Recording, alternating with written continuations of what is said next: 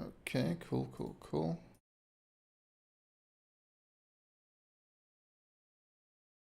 All right.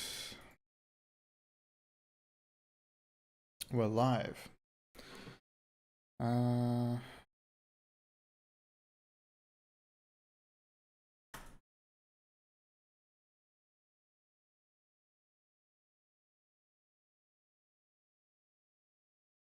Just a second.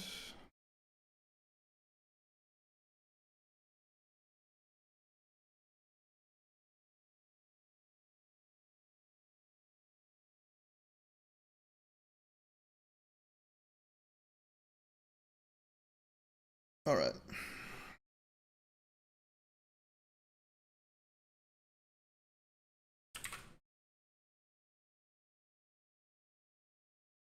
So, let's see where we were yesterday. I did a little bit more work last night. After my daughter went to bed, I had a little bit of time. I got something kind of cool working, which I guess I'll show you now. So you can see this light here. It's got a moving green cube attached to it, right? And then if you look at this debug shape here, it's like a little red quad, I suppose. And if we look at the code for that, red underscore quad, here it is. So I made this little, I don't know how you would say, format, I suppose. So basically, actually let me start from the beginning. Using SDL3's GPU API means that for your uniform buffers, which I can show you in the simple 3D Vertex shader. No, where is it? Oh, it's the debug shader. Right, so we're sending in these positions of debug shapes, but they have to be vec4 because the uniforms in SDL3 are using the STD140 format, which is going to turn all of your vec3s into a vec4, or it's going to expect that kind of alignment. So we had this extra component here, which is just 0. I thought, well, I showed this part yesterday, which was we're sending the type, right? So the type was 0 for quad, 1 for a triangle, and then 2 for a cube. But since that only takes a small amount of bits, I thought, well, we could have like a max of 16 shapes, debug shapes, and then that only takes 4 bits, and then we've still got 28 bits of this float. And I'm really fortunate that Odin has this transmute built in, which allows you to treat this number here, which is an unsigned 32-bit integer, as a float 32 without converting the bits. So it uses the same bits. So if this number was, let's say, the number 2, if you transmute it, it's not going to be 2 in floating point. It's going to be, actually, I have no idea, probably some crazy number. 0 point something very small, I would imagine. Or would it be the other way around? Which side is the mantissa? It doesn't matter. Point is, we can send these bits, this bit flag here, or bit field rather. It's not a real bit field, it's just some enums put together. And that allows us to, on the shader side, we can do the same thing but in reverse. So we can say, hey, this is a float, but I want you to treat it as if it's an unsigned integer. And then we can actually cast the type and the color off it. So you see we've got red, green, blue. So if I change this color here to blue, whoops. And we'll just compile that. I gotta close this. And you can see this platform is now blue. So that's how we can get different colors. And all it takes is a few bits, which we already were sending anyway as just a 0. So that's pretty cool. Because the other thing I was considering was, well, if we're going to send in positions, we probably want to send in some other data like what color they are, and then what type they are and all that kind of stuff. But no, we can just pack it all into this small space. Of course, if you're only sending in 10 things, it really doesn't matter, but it was fun to do anyway. So yeah, I thought I would just show that before I move on to the next thing, which is, I'm thinking, well, I already started actually, it's just not here, I'm on a different branch of, well, I had this sort of idea as I was playing with all this SDL stuff, and I was making pipelines and creating render passes and, you know, creating buffers and uploading data and doing all that kind of stuff. I thought, you know, this seems like, it seems almost like DirectX 12 or Vulkan, or I haven't used DirectX 12 actually. It seems almost like Vulkan. It's not as complicated, but it's simpler. But it doesn't have a bunch of things that Vulkan does have that I guess I don't know if I need or not, but the value of SDL3 for me might be something like, and it might be the same for you if you haven't used Vulkan yet. So you start with, well, this is very common, you start with something like OpenGL. That handwriting is horrible. I'm going to make this a bit smaller.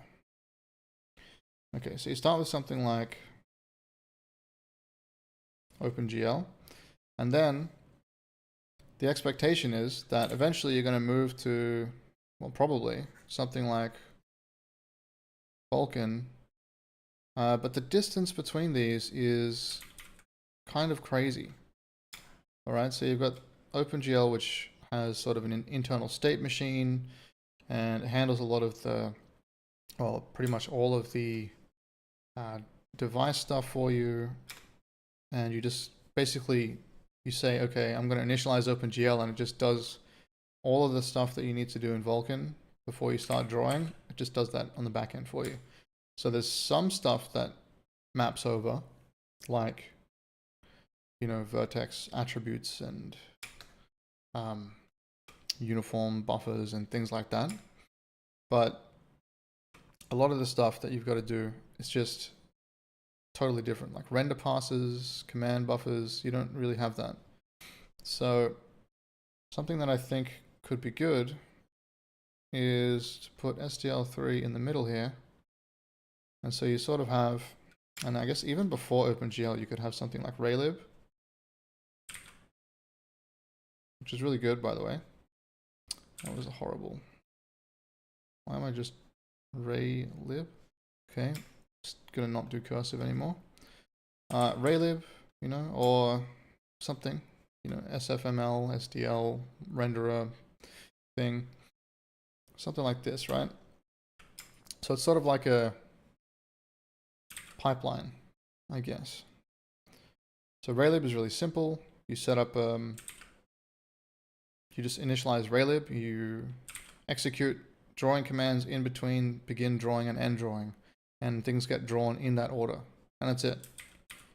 I think 3D is a bit more complicated. Well, it's not complicated from your point of view, from the user's point of view, but internally there's probably quite a lot of complication. But yeah, you can use shaders with raylib. You can use some pretty advanced features. There's a whole RLGL library, which is part of raylib, which has more advanced OpenGL features. So you could kind of say, you know, if you're happy, you know, if you've kind of pushed yourself to the limit of raylib, or you want some more advanced features like something to do with threading, or you want to have multiple contexts, or sharing context rather, or something like that, or fences, which raylib doesn't have, but you can add it yourself. Then you might want to move to OpenGL, and then, okay, you're in OpenGL, you learn all that stuff, probably using learnopengl.com, which is quite good. Okay, and then maybe you want to try something like SDL3. I should put the GPU, specifically the GPU API. Here, this would be sort of the next step, and then I guess finally you would have Vulkan or DirectX 12 or something like that.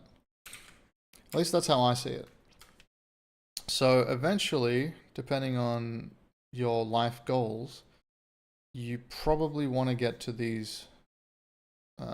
You can probably stay in OpenGL for a long time.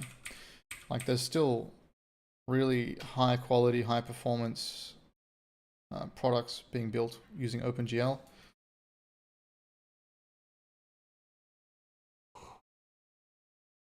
For example, there's the Embergen product, which is made by the company that the creator of Odin works for. Let me just pull it up here. So it's a real-time particle simulation system. I think they do fire, smoke, explosions. Oh, it's got one of these scrolling experiences. Okay. And, well, let me just have a look at the... We want to look at pretty things, right? Real-time simulations. That's all good. I was looking for some kind of gallery. Interesting. I would assume they have one, right? Okay, so this is for film. Anyway, regardless, this stuff has to run really fast because it's real time. So the artist is going to be modifying the particle systems and the effects in real time, and they need to see the update happen. They don't want to wait for a render. They don't want to wait, send it off to a render farm for 20 hours. That's not what this is. So this has got to be really high performance. And as far as I know, it's made with OpenGL. So it's entirely possible to do that. There's also the guy that I showed on stream yesterday, Versidium, I think his name is. I think I remembered it now. Yep, this guy. I'm pretty sure from his videos, I've actually watched more than that. Oh, a different account. I'm pretty sure from his videos that he's using OpenGL. I'm not 100% sure, but if you look at where he explains code, he uses, well, he uses GLSL. This is GLSL. And then if you ever look at the, every now and then he'll show some code where he's basically using OpenGL functions. So on the CPU side, I mean. I can't find an example right now, but I've seen it. So I think he's using OpenGL. Not 100% sure, but I mean, if you look at the game that he's working on, let me just show you some example here. You can see he's got tons of grass and plants, and he's got the God rays. This is about God rays, which is really cool. He seems to have invented a new method to render them, which is quite nice.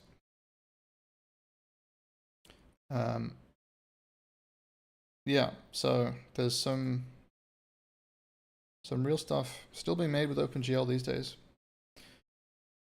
Not that that was really in doubt for most people, I think. Although you know how it is in the tech space, right? You get,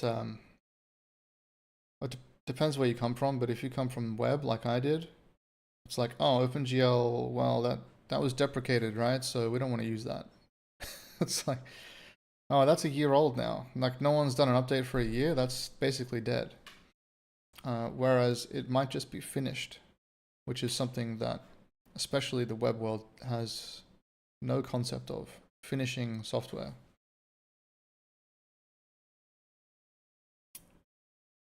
Rust is surprisingly good with that concept, at least as far as I have used it, which is only for a few months. But they seem to understand that software can be finished, which is nice.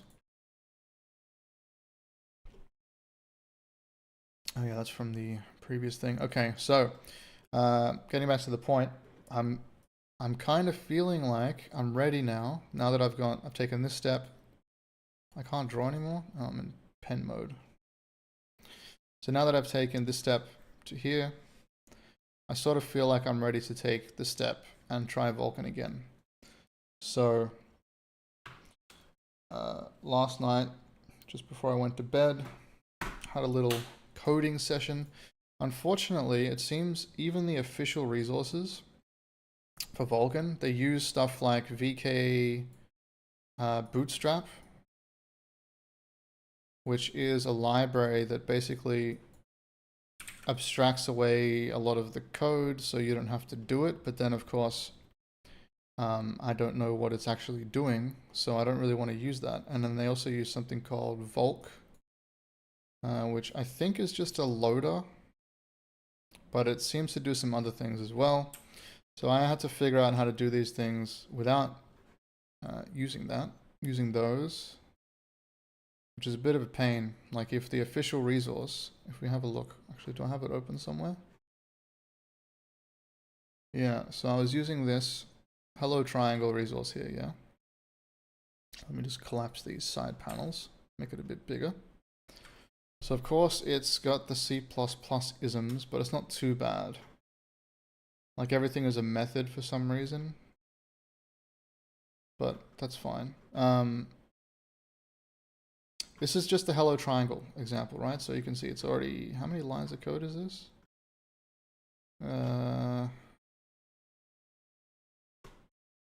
1,300 lines, and some of the functions are not even in this file because, as I said, they used VK Bootstrap and stuff.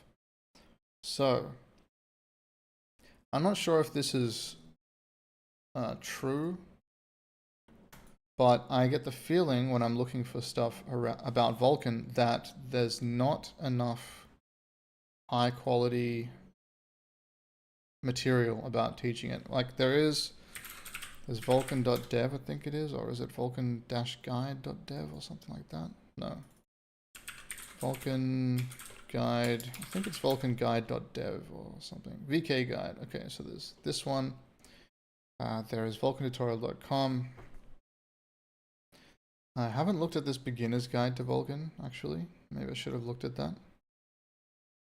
So there's a lot of concepts that we just as newbie graphics programmers, as I am, I just never had to deal with. Like I never had to figure out how do I find a GPU on the computer and then pick the correct one and all that kind of stuff.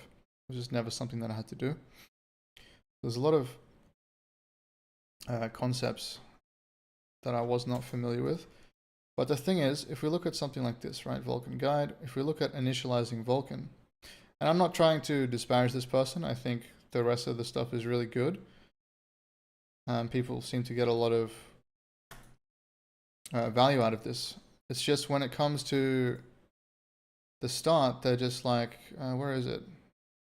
We're going to use VK Bootstrap to shorten it. It's like, okay, but then what if I A, don't have access to it because I don't want to write bindings for Odin, or B, I just want to actually know what we're doing. A little bit annoying. I find that a bit annoying, but you know, and then once you get past, I guess,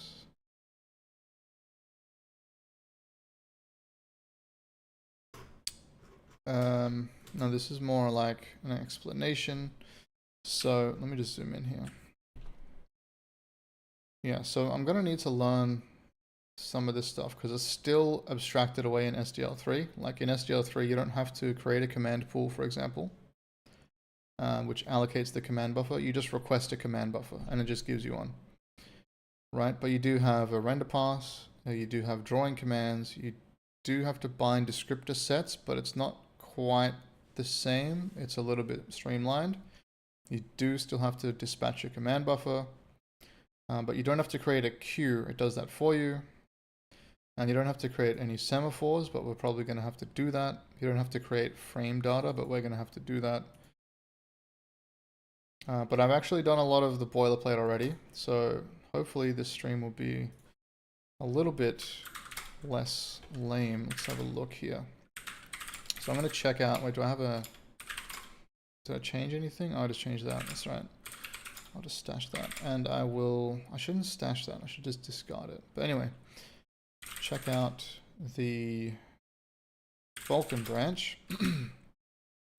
All right, so if we have a look here, in the main file. I've actually done quite a lot. So I've got a few helper functions here. So these are to validate some things when we're initializing. So we've got to validate some extensions that we require, validate some layers. So layers are sort of programs that, if I understand correctly, it's programs that can run, I wouldn't say on top, but they're, I guess, kind of on top of Vulkan. And in this case, the only layer that I really care about is debug. So if something is wrong, it's going to actually print stuff. So it's sort of like running, it's just running an extra code path on top of your code. Debug callback, so when the debug layer has something to say, it's going to call this function, which then is going to print Vulkan error, warning, info, or verbose, and then it's going to print some stuff. And this per frame init, I'll cover this a bit later. I think it's a bit too much to go into. It's not really in order. I've decided to store everything in this Vulkan context struct because there's just so many variables that we need. And some of them are quite generic, like instance. I could call it Vulkan instance, but then I have to type Vulkan instance every time. Although I guess I have to type VK context instance, which is worse. I just thought it'd be nice to keep it all kind of next to each other. Per frame, we'll go over that in a little bit, but let me just show you sort of the process. I think this is currently working up to a point. We do have some message here, which is telling me that we got a debug message, but the message type must not be 0. There's a required bit mask. Okay. P-create info message type must not be 0. When we call create debug utils messenger extension. We'll look at that in a second. But actually, let me just show you. So that code ran up to my trap. If you don't know what a trap is, it's a way you can tell the debugger, hey, I want to stop on this line. If you're not running in a debugger and this is in your program, it's going to crash your program with no message. So keep that in mind. I just like having a programmatic way. It's like adding a breakpoint, basically, except you can just put it in the code. I find them to be quite useful. But the reason why I put these random variables here is because if you put this debug trap right before the end of a scope, a lot of the time the scope will end, and then you won't have access to any of these local variables in here. So you won't be able to see their state. So we got up to line, what line is that? 448 of this program. Although it's not really 448 lines of code because we've got all these functions up here. So it's more like 300 lines so far of setup, which is quite a bit. And we haven't even made our render passes yet. So basically what we've done, we've created a Vulkan instance here. We've requested some extensions that we need. So we're going to use an SDL function to get the extensions that SDL needs, because we're still using SDL to make our window and provide us with a surface to draw on. Actually, where do we get the surface from, now that I think about it? The surface, yeah, looks like we do use SDL to create the surface. That makes sense. Yeah. So, we need some kind of extensions, potentially, including the debug extension if we want the debug messages to come up, which is quite useful. And then they've got this sort of pattern here, so I'll show it to you now. It's very common. So basically, I want to now look at the layers. I want to see what validation layers exist.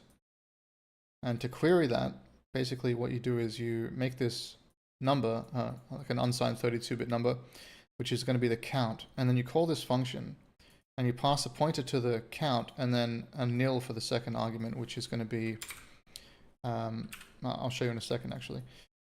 So you pass a pointer to this number, and then this will be filled with the count that it got back. So it's like a query, and then this is the result, or this is the out parameter, and then the result is actually something called result, which is a Vulkan structure or a Vulkan error message, and VK must just make sure that if this fails, then I just say there's a Vulkan error and I just call trap here. So the pattern is you call it once, and then you make your array based on the count that you got back. So you allocate some memory, and then you call it again, you pass in a pointer to the start of the array, and it will write that many things into this array. So that's a very common thing you'll see in initialization code.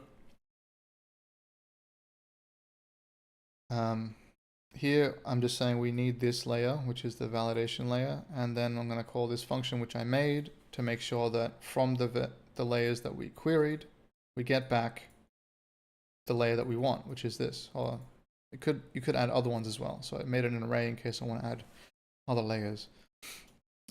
Well, it's just kind of copying what other people do, really. Then we create the debug messenger. So it was complaining about this, right? It said p something message type cannot be 0. Is that right? Let's have a look. It said, oops. Create debug utils messenger extension. Message type is 0. So is that a problem with the creation or with a callback? That's what I'm wondering. So message type is 0. So what if I put in here general validation performance direct address binding? Okay, that has fixed the error. Right, so I wasn't telling it which kinds of messages I want. So I'm going to say I want everything right now. That's fine. We can leave it like that. Okay, then we create our instance. So this is similar to SDL, where you have a create info struct and you fill it out. Then you call the function and you pass in the struct. It's pretty much exactly the same. There's just some things here that are a bit different. Like you don't have to specify a Vulkan version. We're using 1.3. I think 1.4 is out, isn't it? Or it's coming out soon. Yeah, it's out. I'm not sure what the difference is. Let's have a look. 1.4 versus 1.3. I guess Linux gaming is probably not gonna have what I want.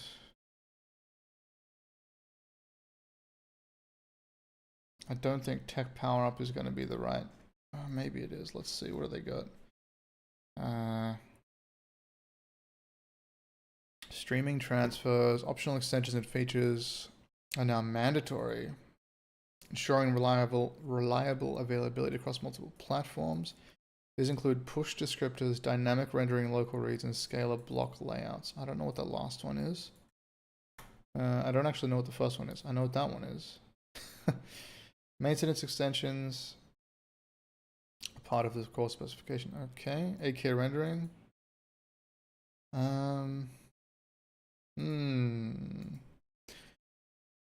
Yeah, I kind of want to know, but at the same time, I think we're just going to go with 1.3 for now, until there's some reason to change to 1.4. The reason I'm going with 1.3 is because I looked at the changes in 1.3 and they actually make sense to me. So I actually read it on, I think it was this website, VK Guide. So if we look at the introduction, I think there was something here. Directly uses new features. Oh no, it was on the triangle sample. It was here. I'm pretty sure it was here. So if we have a look down here, we can see 1.3, it modernizes the traditional sample by incorporating these things. And I was like, okay, what does that mean? And so they actually explain it down here.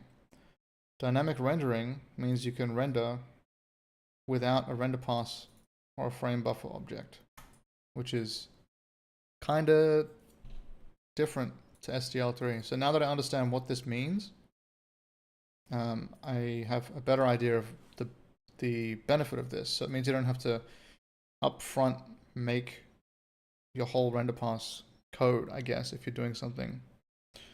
So that reminds me more of something like OpenGL, which is interesting. I'm not sure of the benefits. I mean, it says right here, simplifies code by reducing boilerplate, increases flexibility by allowing rendering to different attachments without recreating render passes. So an attachment, if I understand the terminology correctly, an attachment would be something like a color buffer that you're rendering to. So let's say you're rendering a frame, you would render to the color buffer attachment, and then you would display that on the screen. I think that's what that means. Simplifies code. Yep, I just read that. So yeah, you can use this VK begin rendering and end rendering to do some dynamic stuff, which is kind of cool.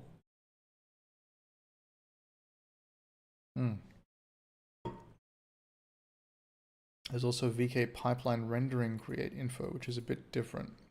Okay. Synchronization 2. So I'm kind of glad that I don't really kind of remember this because I've set up Vulkan twice before, but I never really grokked it. But as I understand, this image barrier thing is, I think it was, well, the way that I was using it was you request a frame buffer from the swap chain, and then it's going to say, okay, well, I need to get you that, and then it will use this to, you can query this barrier or use this barrier to say, okay, I'm not going to do anything until that's ready, because you can't just write to something if it's not ready. So I think that's what this was for. But in any case, we're going to be using synchronization 2 now, which is apparently improved, and it's more expressive and flexible, and it reduces the potential for errors. Okay, if you say so. And then dynamic state is kind of cool.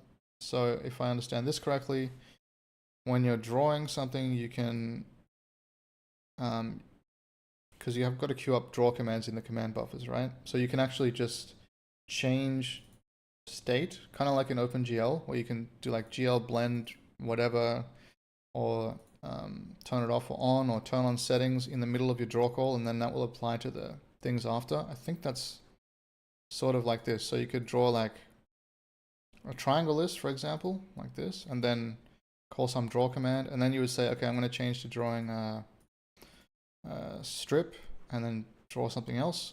I think that's what this means, because these are commands, right? So commands would get queued up in the buffer, and then it would swap the state around.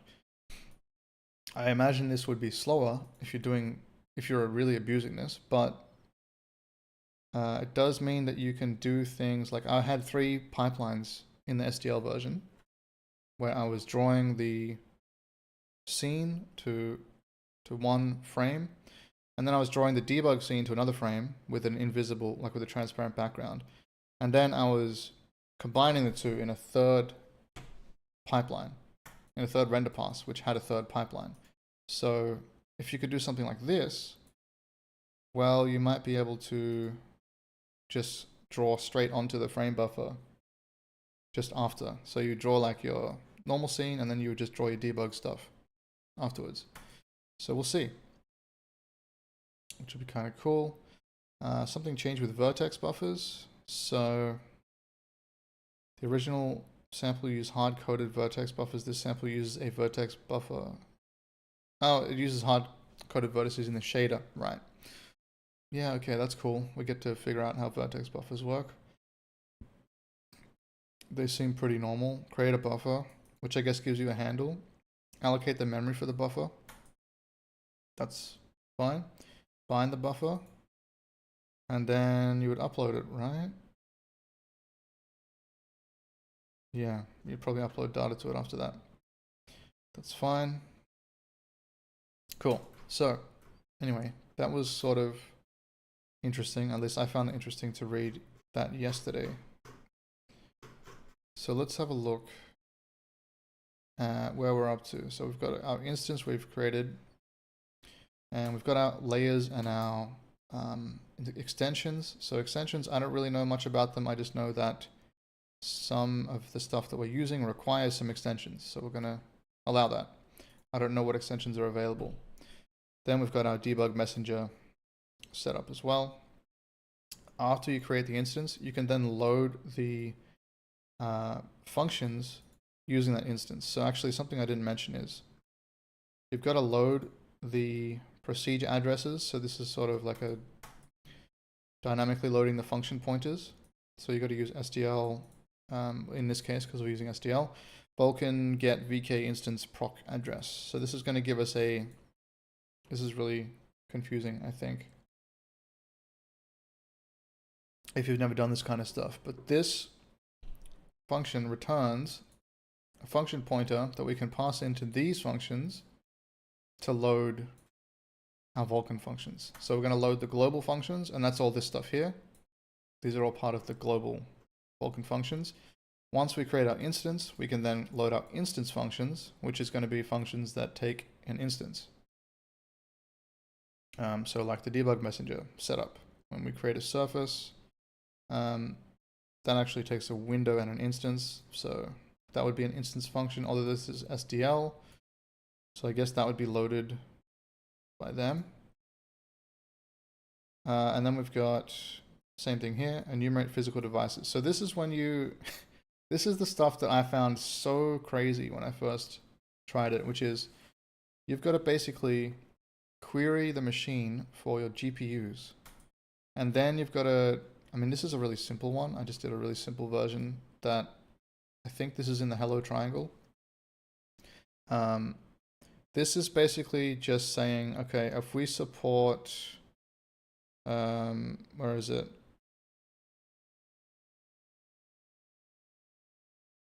If the API version is less than 1.3, then we just skip that GPU. So we're only supporting Vulkan 1.3 and above right now. Okay, and then there's something here. So this is that pattern I was talking about where you query the device queue family properties, and then we can have a look at what that is. So you've got these flags, and basically these queues are what you need to send information to the GPU. So there's graphics queue, compute queue, transfer, etc. And so you need if you're going to use a compute shader, you need to make sure that you have compute queues available. I think we're just using a normal one. We're just using nothing, actually. So let's see.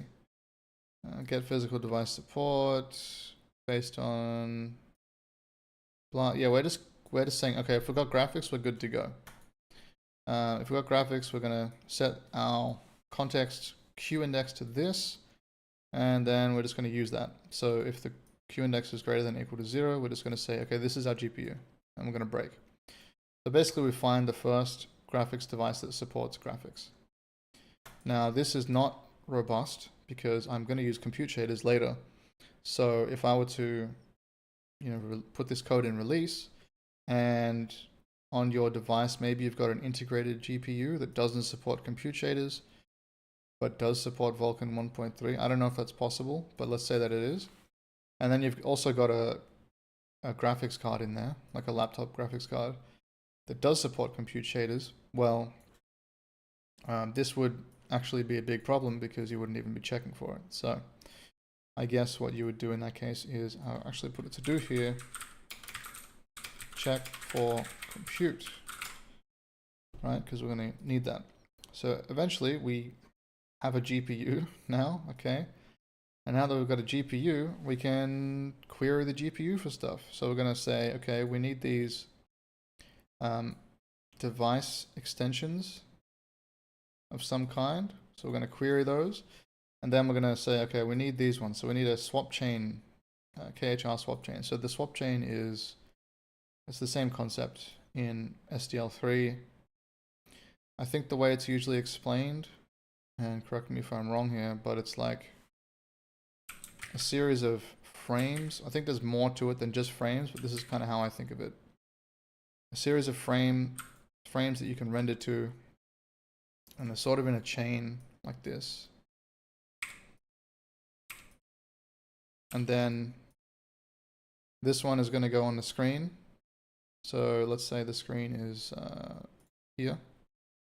Okay, so this one goes on the screen, and now you ask, hey, I want to render to a swap chain. It's going to say, okay, are you currently doing anything with, I'm not sure about the order, but let's just say, are you currently doing anything with this one? No? Okay, I'm going to give you this, and then you do some operations, and then it's going to put it, whoops, it's going to put it back, and then when the next frame is ready to draw, it's going to put that one down here, and then this one is going to be put probably, this is like double buffering, I guess. Actually, no, this is single buffering. Or is it double buffering? Is double buffering having 2 extra frames or having just 2 frames? Anyway, regardless, this is kind of how I think of it. I don't know how accurate that is, so that's just a bit of a disclaimer. But it's basically, you got a chain of these buffers that you're going to render to, and you could swap between them. I think you can have different targets. So you might have like, this one might be a color buffer. So a color buffer is the one that you actually see on the screen eventually. So it's the pixels on the screen. So let's say these are color buffers, and then maybe these ones here are actually depth buffers. So depth buffers are used to render usually, well, I think it's always a grayscale image that just shows the depth of the scene in 3D. So if you don't have one of these, I'm sure there's ways around it, but if you don't render a depth buffer, which is possible, you can just render a frame buffer, then your objects are going to appear like they're all in front of each other at the same time. So actually I had that when I first did the SDL version. I didn't have a depth buffer, and that means, you know, if you're looking at a building and there's a tree behind the building, well, you can see the tree and the building at the same time because the depth is not known. So you're just sort of seeing everything at the same time. So yeah, that's kind of how I think of it. So you could have these swapping back and forth, and then as you want to draw your pixels, you draw this to the screen, but you're probably using the depth buffer as well to calculate the distance of things and what's behind what. So yeah, we need some extensions. I just copied the tutorial here. I don't know exactly what this stuff is, but we need physical device features 2. Okay, which we could look up. Physical device, I mean, this makes sense. We need Vulkan 1.3 features, and we need apparently extended dynamic state features, which I think is going to be the stuff we looked at earlier. Dynamic state here. So that would be this stuff where you can just change the state in the middle of a command buffer population. Whoops, keep going to the wrong thing. All right, so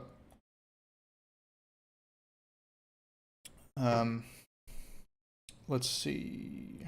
Validate extensions, we're using that function again. So it's really simple. We pass in the ones we want, actually the ones that are required, and the ones that we queried from the GPU in this case.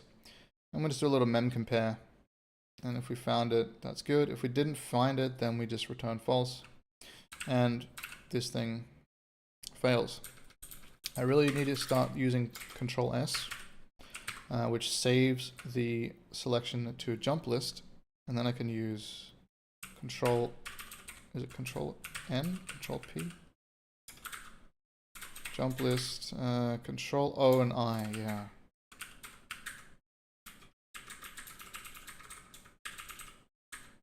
Yeah, anyway, cool. So I don't think this stuff is really interesting. It's just we want these features, and we're gonna assert that these exist. So we've actually queried it. We've sent in this struct query device features 2, which we've attached query Vulkan features as the next, and then query Vulkan features has the next thing. So we're kind of chaining these structs together. They've all got this p next pointer field, which is a raw pointer. And you can chain them together and then send them to get queried by this. And you can see if we fail, dynamic rendering feature is missing, synchronization 2 is missing, and dynamic state feature is missing. So that's all good. And then, what is this? Extended dynamic state feature. Okay, this is, we're going to set it up now. So now we know we've got these. We're going to set them up. Very good. We're going to create our graphics queue, which is what we're doing here. And then we finally create our device. So device is basically the GPU. Physical device, I believe, right? Physical device, yeah. And then, after we made our device, we can load the device procedures. The ones that take device as one of the arguments here. So we're almost, so that's basically the setup actually. It's for Vulkan itself. Vulkan, so you've set up the instance, you've set up the device, and you've set up any layers and check for any extensions and all that kind of stuff. So that's basically it done. And if we go up here, how many lines is this? I don't actually know. So it's about 180 lines to set up, which is a lot more than what you might be used to, but it's not that much. It's just getting your head around all this stuff. I think that's the main problem. There's a lot of friction because there's so many new concepts. So all this stuff down here, I didn't even initialize the Vertex buffer yet. See this stuff down here, initializing a swap chain. Technically, this is, I mean, this is for, actually, no, you do need to do this regardless, right? So I guess this would be part of an initialization as well. So I think this is mostly done. So I just kind of talked about what the swap chain is, but you need to make sure that you've got the format that you want. So we're going to try B8G8RA8A8sRGB. The reason we use blue, green, red alpha is because that's the Windows order. So on Windows, it's not red, green, blue, it's blue, green, red, just because of historical reasons. And I'm going to try sRGB. Apparently that's preferred. I was using UNorm before in SDL, but we'll see if we can get some sRGB. It seems to be working. So if we got past here, then we have the capabilities to display sRGB, which is good. Now this stuff here,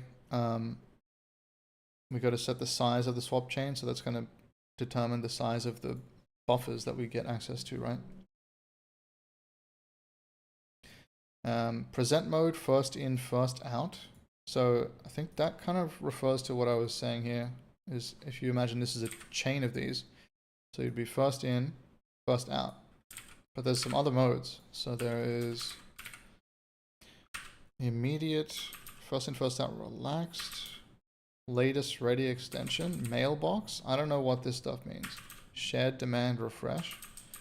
Like, we're just going to go with first in, first out. That makes sense to me. And that's also what the tutorial had. So the desired swap chain images. So we're going to say we want at least the minimum amount plus 1. So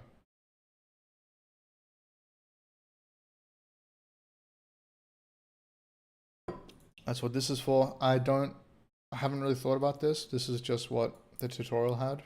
Maybe come back and revisit it later when doing more advanced things. What is this? Supported features, identity transform, surface transform flags. Okay, I'm going to be real. I have no idea what this is. So I kind of want to look it up real quick. I don't want to look at, why would you, stupid. I don't want to look at the Vulkan documents because it just makes my computer crash, even though I've got 64 gigs of RAM and a good processor. It's just insane. I want an explanation of what this is, though. I mean, I guess I can look at the Rust website. Bitmask of... Okay, yeah, I know it's a bitmask. Okay. Transform flags. Okay, I don't know what that means, but I think it means... Well, let's look at the other flags. What are the other flags? So we've got identity, which I guess means matrix. That's a matrix thing. Okay, right. I think this means if you wanted to, you could rotate your surface by 90 degrees for some reason when you get a new swap chain. No, this is a surface thing. I don't know. Well, identity just means we're going to do nothing with it, which is good. We want that. Okay. Composite. So we're going to say opaque. What are the other options here? Okay, apparently I'm not allowed to have autocomplete anymore. That's fine, I guess. We can just look here. Opaque, pre-multiplied, post-multiplied, and inherit. Okay. That's fine. I don't really know why we have to... Like, what has this got to do with this surface? So there's still some question marks here. There's a lot more surface area to cover in terms of knowledge. So we say if we can inherit, then we inherit. If we, now default is opaque. If we can inherit, then we inherit. Otherwise, is this what I want? That doesn't sound good.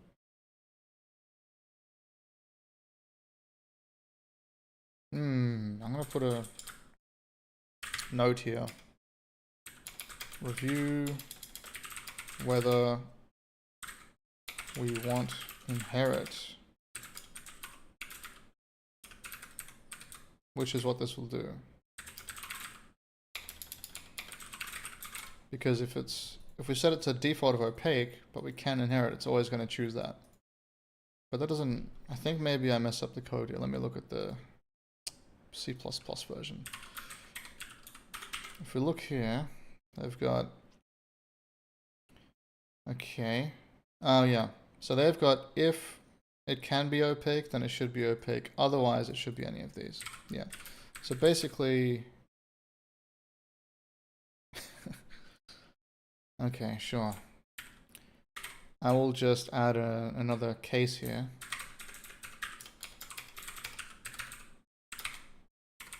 And this will be opaque. And we'll just leave this as uninitialized, but it will initialize to opaque anyway. So fine. Opaque makes sense. So now we're creating our swap chain. So let's say we've got our surface that we needed. We've got our desired amount of images. So that's kind of what I was referring to here. We've got a image format that we decided on, which was B8, G8, R8, A8. That's really hard to say.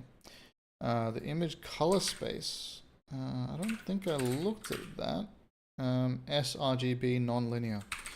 So I guess I just copied this without even thinking about it, which is kind of what happens when you're copying boilerplate, to be fair. But I think that looks good. sRGB, that looks like the only one that makes sense. I don't even know any of these other ones. So yep, okay. Cool. And the extents is just going to be the size of the window. The image array layers. I don't know what that means. The image usage is color. So I'm making a swap chain that only does color. There's no depth stencil attachment right now, which means we're going to have no depth buffer. The image sharing mode is exclusive. Well, that means that someone can use it at once. So I guess when you request an image from the swap chain, it's in use now, so no one else can use it. I assume that's what this means. Otherwise, you would be able to write to the same image from multiple threads, perhaps. That could be interesting. So you could have like you could imagine a buffer that was split into 4, let's just say, down the middle and across the center there. And then you might have one thread for each quarter of the screen. That could be kind of interesting. I don't know when you would do that, but I mean, you could do it for a split screen game for sure. Present mode. So what is the present mode? First in, first out. Yeah, that's right. Cool. And clipped is true. I don't exactly understand what clipped means. What flags are available? Protected, mutable, split instance, bind regions. I don't know what these do. We've got Q family index count. Interesting. I thought we would have done something with that. Anyway, regardless, that's what we've got so far. Then we create our swap chain. It's a lot of code, huh? But now we can set our dimensions to what we actually got back when we made it. So this swap chain dimensions is on the context, the VK context. And then the format to the one that we actually selected. I think this is going to come up later. They have in the demo, they've got a context class, I think it is, which they're referring to. So I thought I would just copy them directly for now.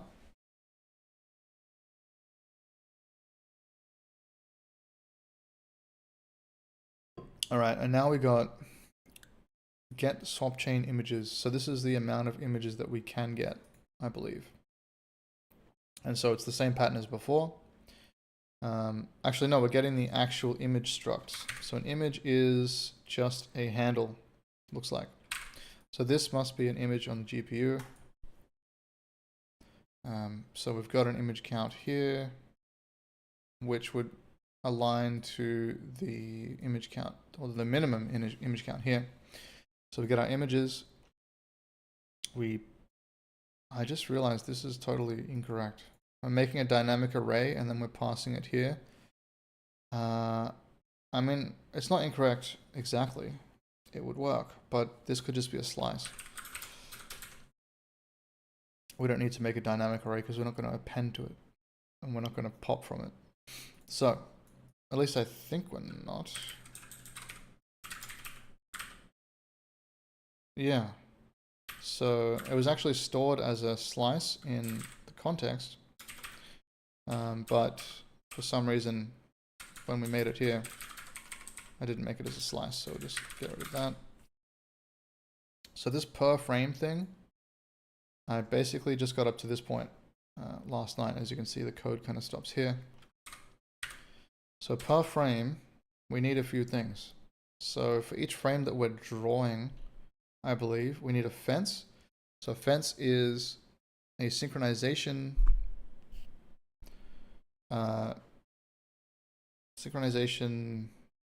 tool, maybe tool's not the right word.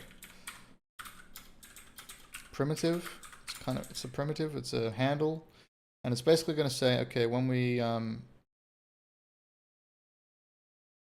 doing something on the GPU, I'm going to put some data into this fence that says when it's finished, and then we can query that on the CPU side. And command pool, I'm not 100% sure about these, but I assume it's going to be a memory pool of command buffers.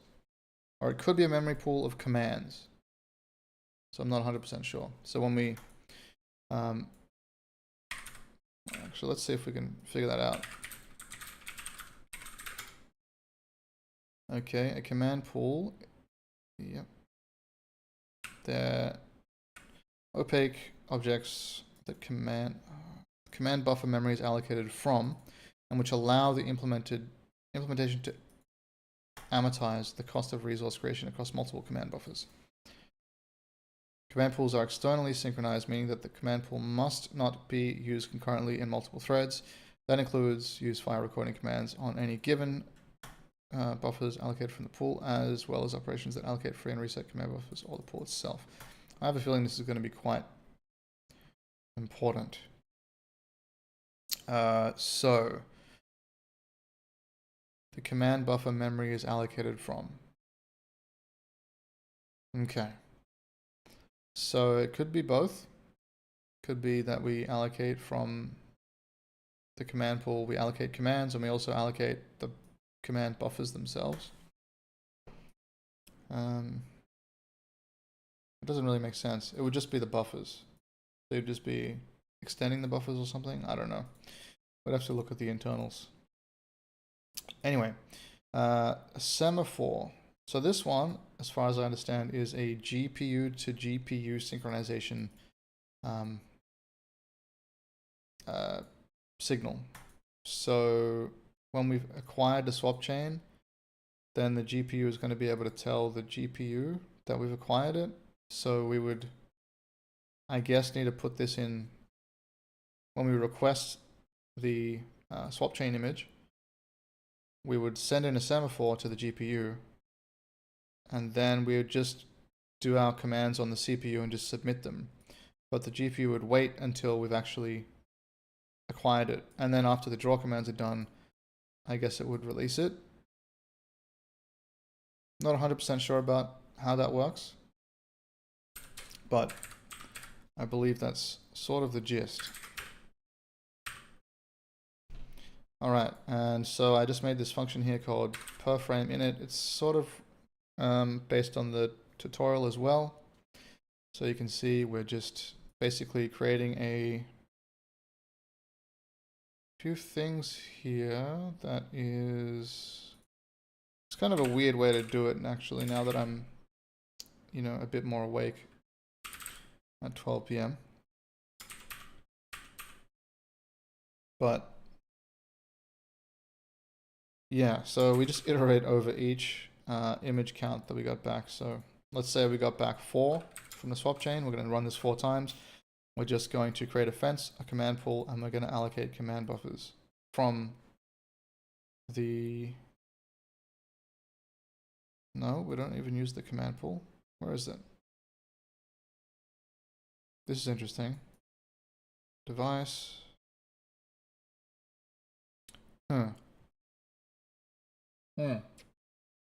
We do, it's right here. But yeah, primary command pool. Okay, got it.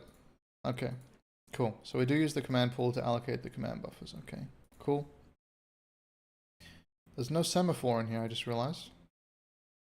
Do we not have to make those? Let's have a look at the sample. So if I look for, what is this called? Allocate command buffers.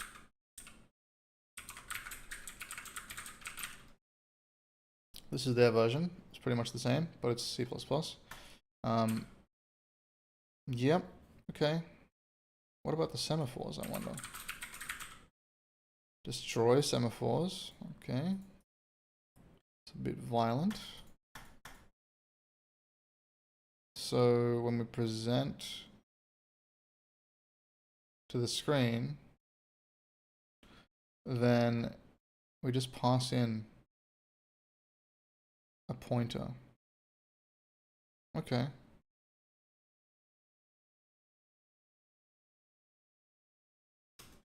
That's fine. Okay. Let's have a look where we're up to. The code order is a bit weird. They've done this thing. Init swap chain. Let's have a look at that. So we've done pretty much all of this, I believe. They have this thing about old swap chain. I think that might be because they've got samples that you can change between. I don't really... Like, if replacing an old swap chain, why would you be doing that? I'm not sure. I'll keep it in mind for the future, but I didn't include that stuff. So we've created our... Have we created our image views? We made this. So init per frame. Yeah, image views is here. So this is...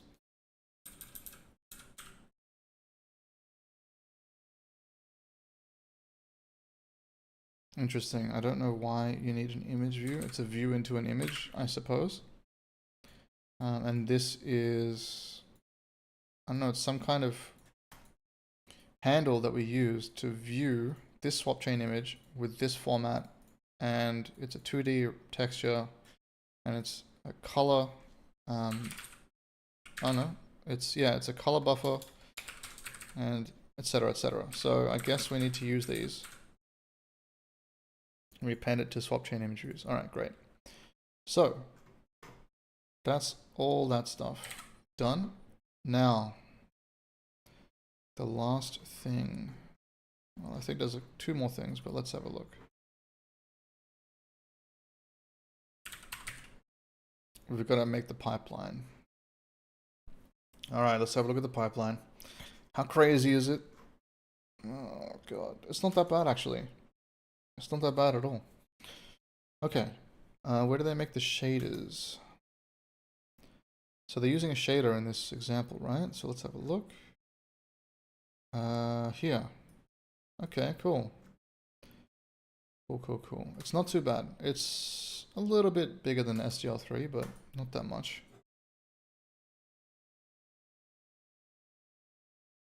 Create a blank pipeline layout. We're not binding any resources to the pipeline in this first sample. Right, so I'm going to have to look at other samples, I suppose, to understand what this is talking about. All right, so this is just creating a pipeline with no bindings. Okay, that's fine. And then we do bindings. Okay, pipeline layout. Okay, this is creating a pipeline layout, and then this is creating a pipeline. Right? Yeah, creating graphics pipeline. Okay. What is the difference? Let's see. This website seems pretty good. Oh, this is the Vulkan website. Okay. Creates a new pipeline layout object, right? Okay. But what is that? That's what I wanted to know. Maybe I'll look at this. Okay, access to descriptor sets from a pipeline is accomplished through a pipeline layout. 0 or more descriptor sets, set layouts, and 0 or more push constant ranges are combined. Okay, gotcha.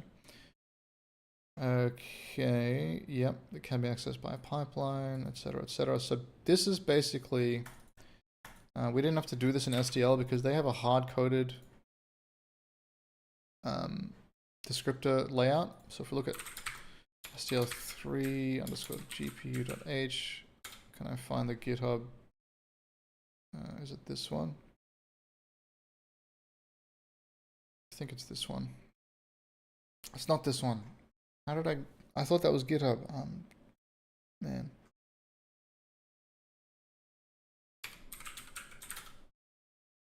This one. All right. It was in create shader, right? Create GPU shader. So if you look at the docs for create GPU shader in SDL3, if I could find the actual function here. Here it is. You can see up here, I showed this yesterday, but I'm going to show it again. So basically they've got graphics pipeline set up with these resource bindings. So they've got textures on set 0. So textures, storage buffers. Set 1 is uniform buffers. Set 2, oh, that's on Vertex shaders, sorry. On fragment shaders, they've got set 2 is textures, and storage buffers. Set 3 is uniform buffers. And then they've got these for Vertex shaders. I don't actually understand what this is right now. BN space 1, B, T, S, B, TSP. Not sure what they're referring to there. But, yes, anyhow.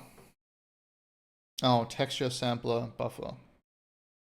And then space 1 is like, it's got like a set amount of bytes that they allocate. So basically all this stuff is handled for you, but it's also not customizable. Whereas what we're going to have to do is set up this layout, which is going to basically say, what's our layout? This is their layout. So we're going to have to make our own layout. But in this triangle example, we don't have to do that. So the layout is going to be, well, nothing, apparently. But we are going to have some bindings here. So we're going to have, that's just Vertex binding. Yeah, that's fine. So just a normal Vertex buffer, okay. So to initialize a pipeline, we need this. I guess I'll try copying this. I haven't really done this before, but it could work. Layout info, and then we're gonna have to paste it over here, and then insert this. And this is going to be dot, and this is VK context. This is correct. That's nil. And this is VK context pipeline layout. We don't have one of those yet.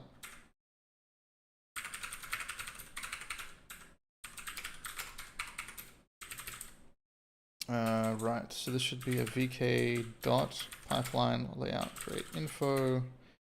And of course, this is going to be this.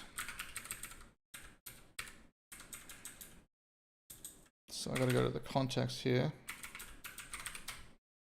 I'm going to put in a pipeline layout, which is VK dot pipeline layout.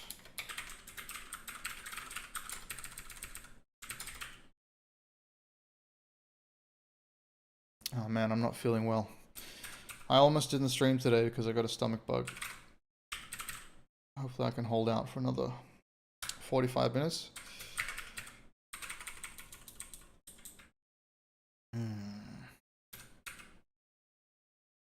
Expected 7 got 1.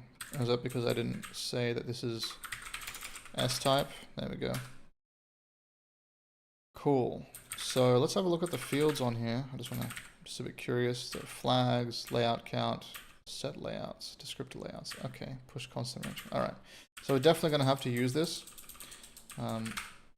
after we get past the triangle stage.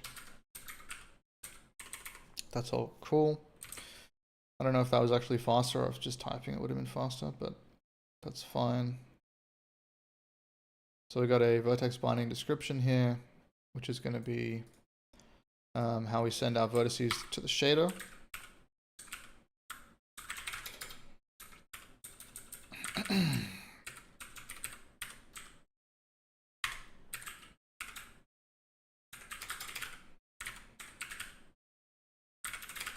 Okay, and that's all fine. We're going to put that on a new line.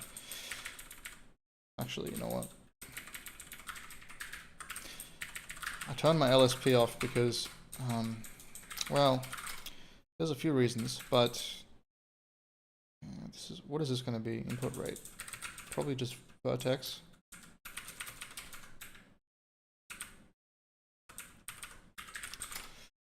One is, I think it's a Helix problem, but it looks like the LSP is on the main thread, or at least it's on the UI thread. And so if the LSP locks, which it does sometimes, the whole program locks, and it's really annoying. And the other reason is, I didn't turn off LSP actually, I've got the LSP on. What am I talking about? I turned off the auto formatting, that's right. Because I was writing code and auto formatting is kind of good, but also kind of annoying. Like, it would always take my line like this and make it into a list parameters like this. You know, and I found that to be kind of annoying. I'm sure I could configure it or something, but that's okay. Binding description. Okay, so we got that. Apparently that's set up. We're going to use the same vertices as we currently have, except no, we're not, because this is float 2 and we're using float 3. If we look at our vertex, which comes from core, it's 2 vec3. So I'm actually just going to change this code here somewhat. So they've got an array. Yeah. Okay, that's fine. C++ is a weird language. It's not too bad, this code. There's not too much weird stuff. It's pretty readable. It's not as nice as the Odin compiler code though. I looked at that the other day. Actually, I'm just going to show it on stream here for a second. So if we look at the Odin Lang GitHub and we look at the compiler code, which is in here, look at something like, well, I don't know, don't know which file is good to look at. Maybe not this one, it's a bit complicated.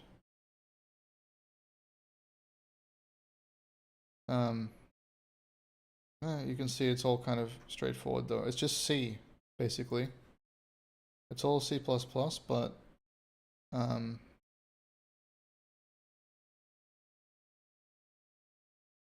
it's really easy to read, which is quite nice. Very good stuff. Can't remember what I was looking in there for. Anyway, attribute descriptions. Let's type this one out. So these are going to be VK attribute description. Yeah, that's the one. But it's going to be a slice of them, and they're going to be location is 0, binding is 0. Okay, that's good. Format is, we're going to do R32, G32, B32, float. Where is it? Is it as float? I guess signed float. Are there unsigned floats? I don't know if that's even a thing. But yeah, anyway, maybe it is. Offset equals, there is offset of actually, so we can use that. Offset of vertex position. Doesn't return the correct type though. So it's a uint pointer and we need u32. Oh, that's fine. We can cast that. And now we can say location 1 binding, oh no, location 0 binding 1 is going to be the, what is this actually? Is it normal? Yeah. We'll just say that it's, it is normal, but I've kind of overloaded that vertex attribute to also be color, depending on what it is, but that's fine. So, vertex input. So what does this mean? So we're saying we've got a, we're going to use these descriptions here. Okay, cool. And we're going to say we've got one description.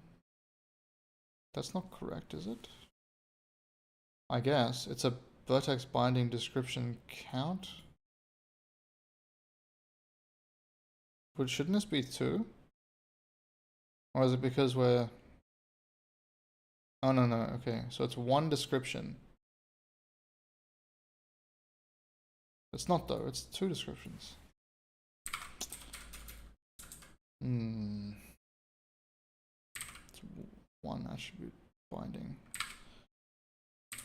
I don't know. Okay, I will just copy what they have. It is the official example.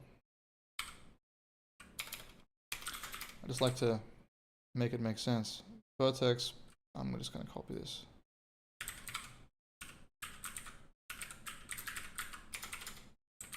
Okay, and then we got s type equals pipeline vertex input state create info. Vertex binding description count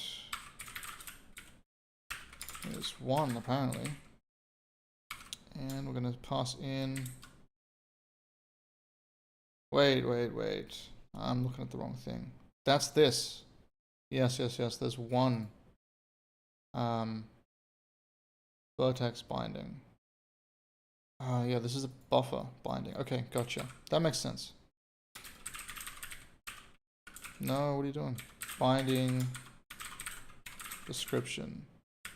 No, I didn't actually put the name there. So it's P vertex binding descriptions. Okay, gotcha. Now we put the attributes. Okay, yeah, okay.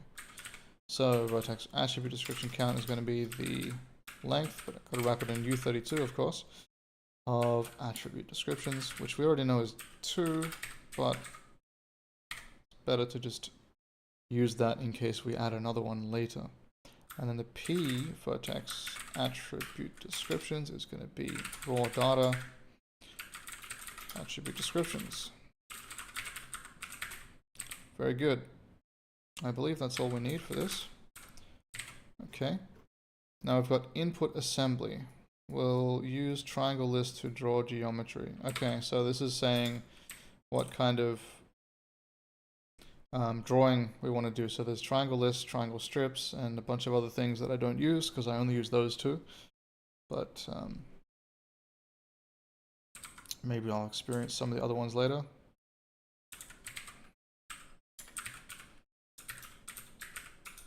What do they call this? Input assembly. Okay. So we've got to copy the type again. Pipeline input. Oh no. Oh yeah. Pipeline input assembly state create info. Very good.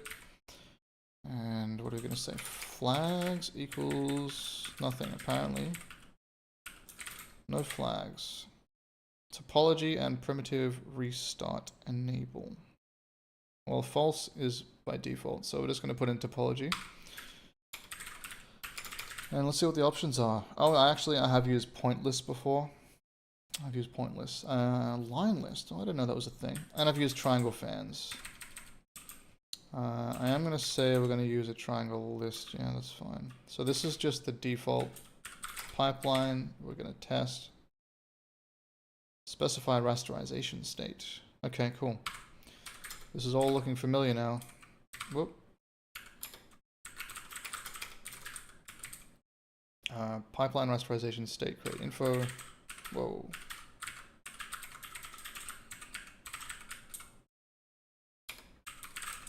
It's American spelling. Whoops.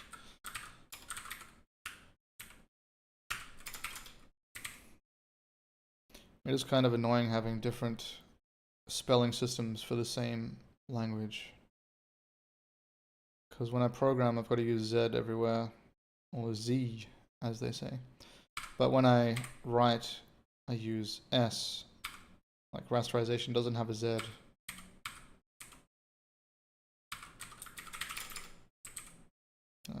Pipeline rasterization state. Create info, that's good. So we're going to say, if all of that stuff is false, we don't need to do anything. But I might actually put it here so that I remember where it is. So depth clamps. Depth clamp enable is false. Depth, what was it? Bias and discard.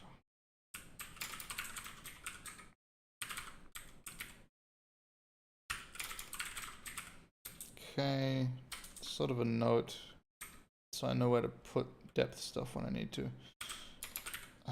What else is there? Oh, there's cull mode, line width. Actually, I don't need this. I don't really need it. Okay, so we're gonna say we need polygon mode fill. That makes sense. And line width 1. Oh, I didn't know you could change that. That's cool. So we can make our debug shapes a little bit fatter if we set up a different rasterizer. That's cool. I like that. Dynamic states. Yeah. These states will be dynamic, not part of the pipeline object. So we don't have to set up the viewport or the scissor. The scissor is, I believe, the thing that you use to cut the sides of the screen. So if there's an object that's going like halfway off the screen, you'd use a scissor to cut it and still render it. Don't know how they work exactly. Cull mode. Okay, so it's going to be dynamic as well. Front face is going to be dynamic and primitive topology. Oh, okay. So we could actually change this. Where was it? Primitive topology. Yeah. So we're going to render a triangle list, but we could just change it in the middle of a draw call.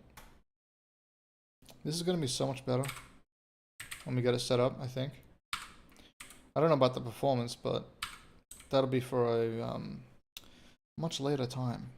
So dynamic states is going to be an array of dynamic state. Okay. How did I do that? Dynamic state. And we're going to put in viewport scissor cull mode front primitive topology. Okay.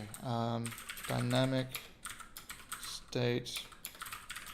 It's not called that, is it? What is it called? This is an enum. Okay, so it's going to be viewport, probably scissor cull mode front face primitive topology.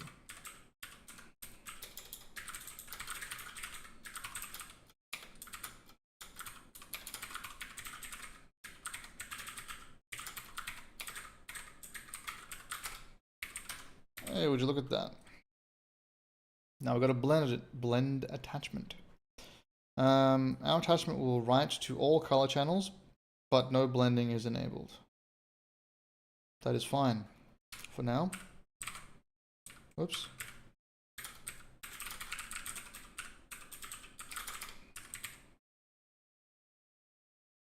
Okay, so we got VK pipeline color blend attachment state. All right.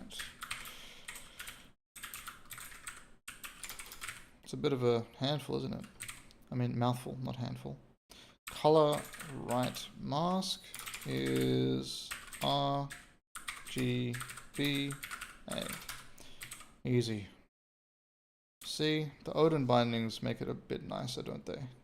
Don't have to write out all this and all them together. Blend. Okay. Hang on, what was the point of setting these dynamic and then also still making them? I guess we can just change them. That's fine. Okay, that's fine. Blend is going to be a pipeline color blend state create info.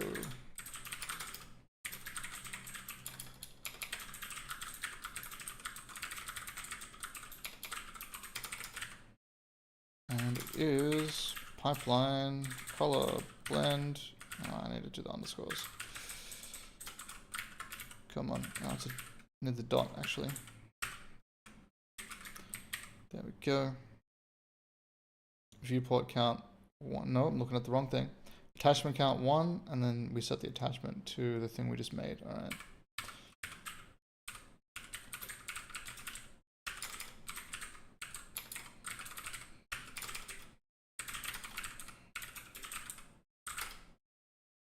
I wonder why people write it like this instead of, you know, like this.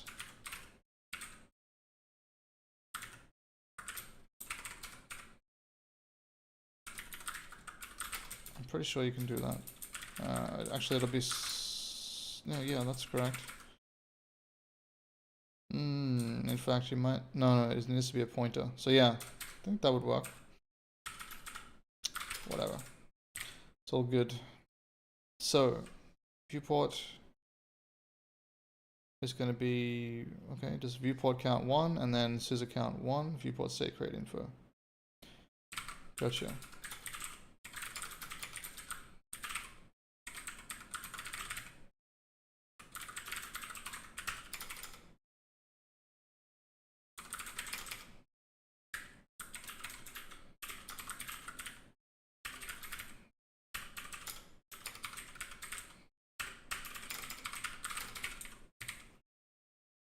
Disable all depth testing. Okay. So we're intentionally disabling it. I thought you just had to not enable it. Pipeline depth stencil. Create info. So this is going to be called what? Depth stencil. Okay.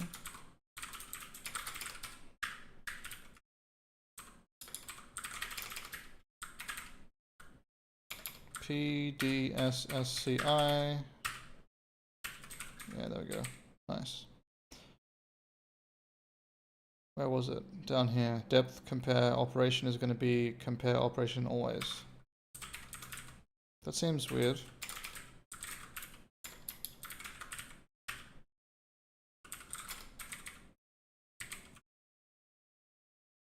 What?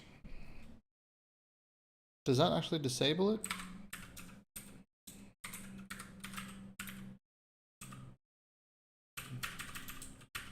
Oh, I guess you just always draw. That's what that means. You always draw. Okay, I think that's what that means. We don't have a depth buffer anyway, so that's fine. Multi-sampling, no multi-sampling. That's fine. Yeah. I need to get a handle on what exactly multi-sampling is. I think it's some kind of anti-aliasing. Pipeline, multi-sample, create info. There we go. We can do PMSCI. Did we get it? Yeah, nice. So, are we almost done? Damn, it's a lot of code. My stomach.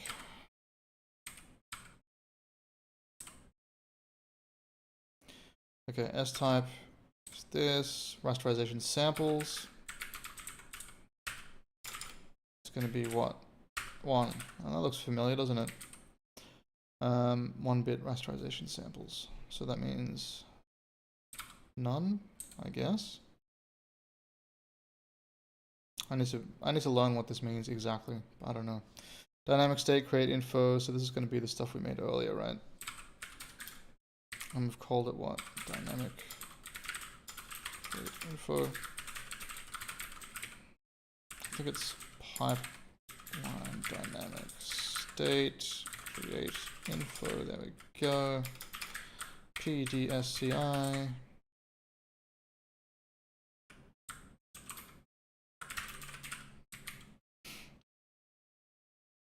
And we're going to pass in dynamic state, the dynamic states we made earlier. So there's going to be the count and the, yeah, equals U32 len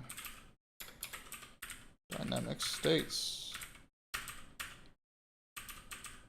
And this is going to be raw data.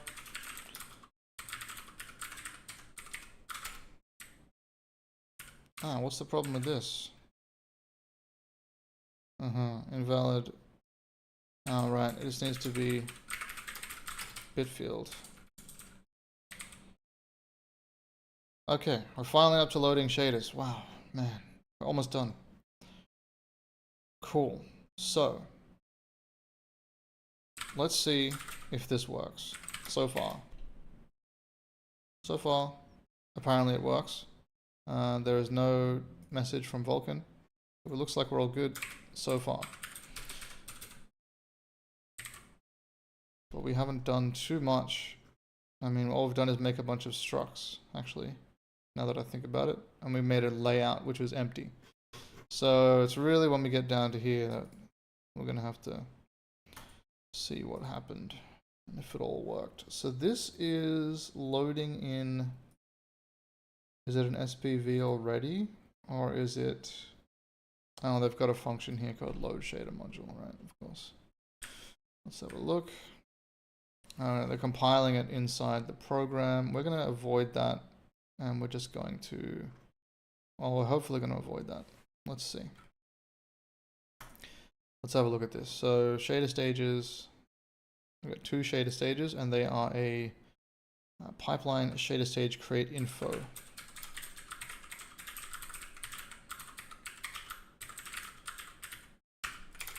Let's have a look at this. I'm going to say, I'll do the same thing. Make it a slice of these, and then I'm going to grab this because I want to sort of look at the potential fields here. So I believe this will work. Yeah. So what have we got? We've got module, specialization, info, flags. So what are the flags? Okay, we don't really want that. So the module, oh, we've got to create the shader module. Okay, so we're still going to have to do that part, which makes sense, I guess. How do you do that? So you get the SPV code and you put it in here. Okay, that's easy. So we're going to make the modules first.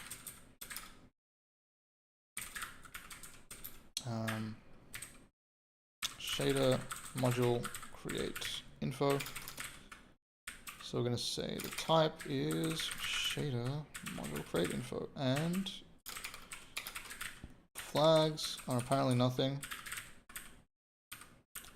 Okay, not allowed to have flags, that's fine. Code is going to be shader, vertex shader code, vertex shader source, which I'll grab in a second. Actually, I can just load directly. Shaders. So we're going to use their shaders. So I'm going to make a triangle or hello triangle or something. .spv.vert.spv. And then we're going to get... Actually, no, that's not going to work. That's going to be a pointer. So I'm going to grab the code here. Vertex shader source.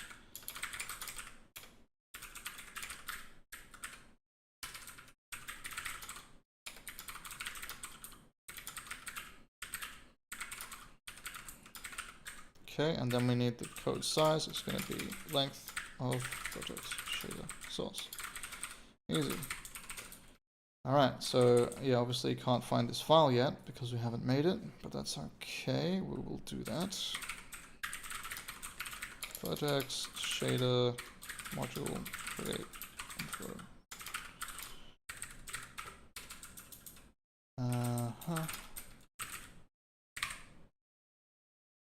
Okay, let's have a look at their files, shall we? So we need triangle.vert and triangle.frag. We can grab it from this tab here somewhere. Probably in... I don't know actually. Where is it? Hello triangle. It should be in this folder. What's in this folder? No, it's not in that folder. Excellent. Shaders, perhaps? Hello triangle. There we go. Yes, good, they're in GLSL. I'm happy about that. Copy this. Shaders. Hello triangle.vert.glsl, and then we'll just paste it in here. And we'll grab the fragment shader as well.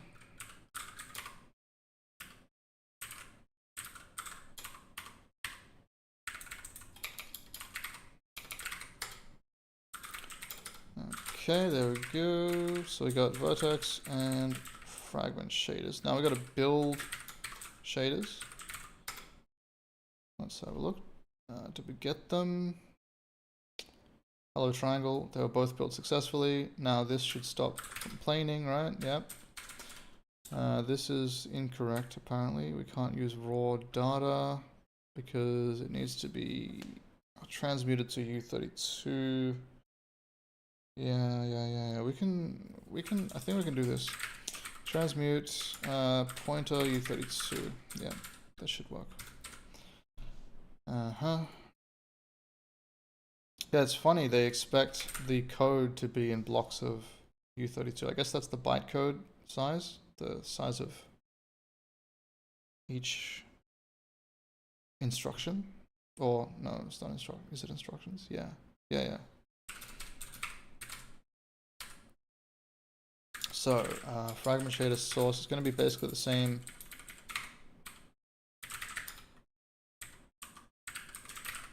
Hey, Derek. How you going?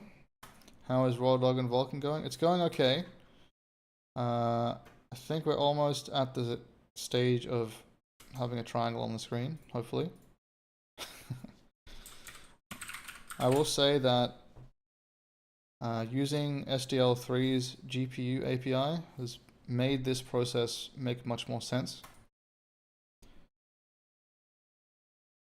So I used the SDL3 GPU API over the last few days, and then it kind of gave me a better understanding of what's going on with Vulkan. So I thought I would try Vulkan again. But yeah.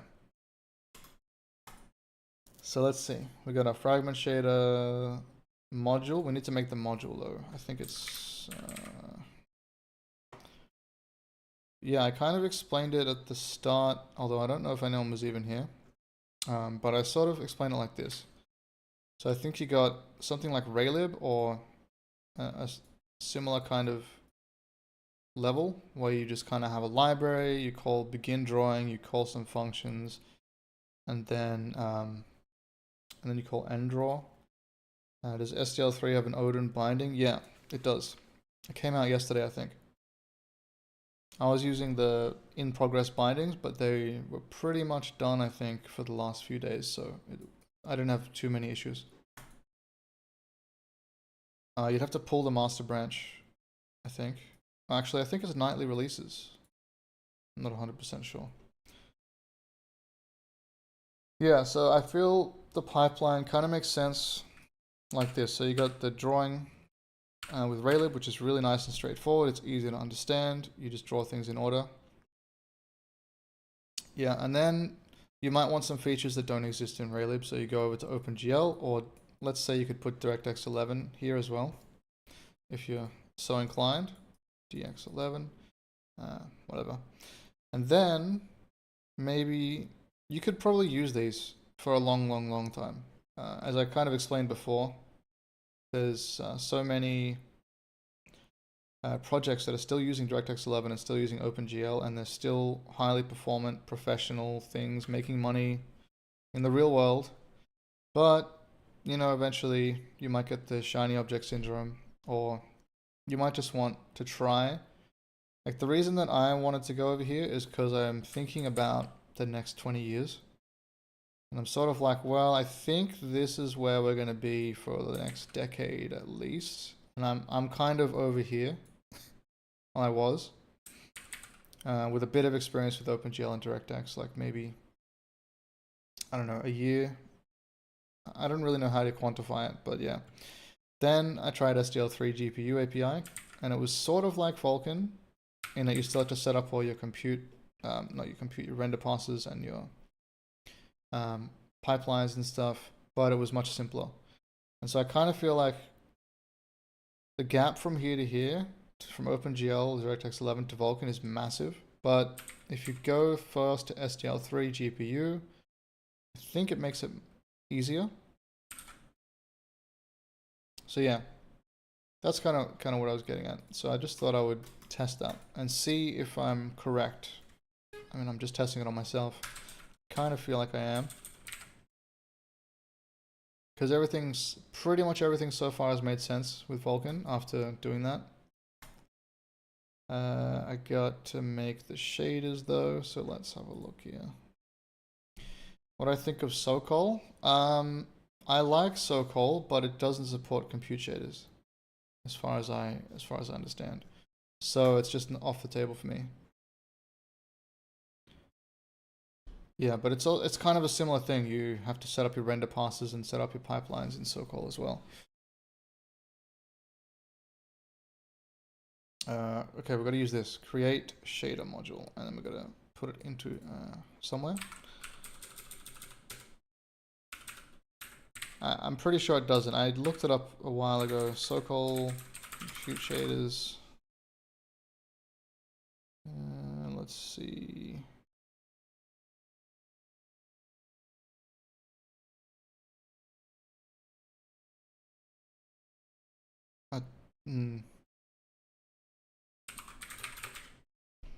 Computer, compute. I'm pretty sure it doesn't.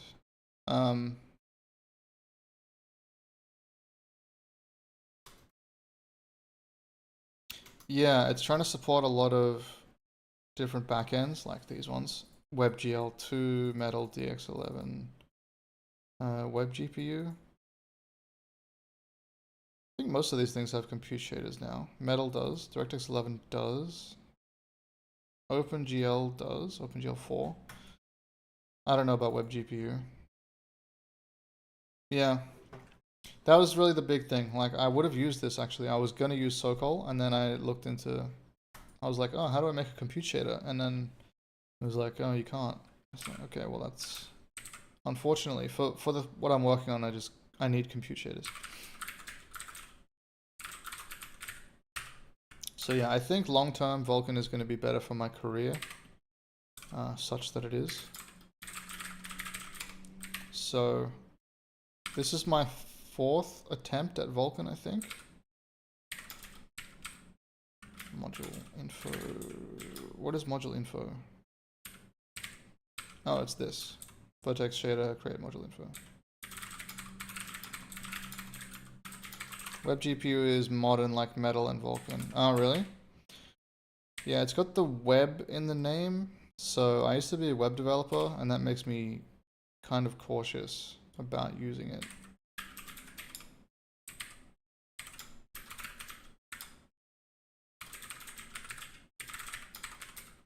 Am I wrong about that?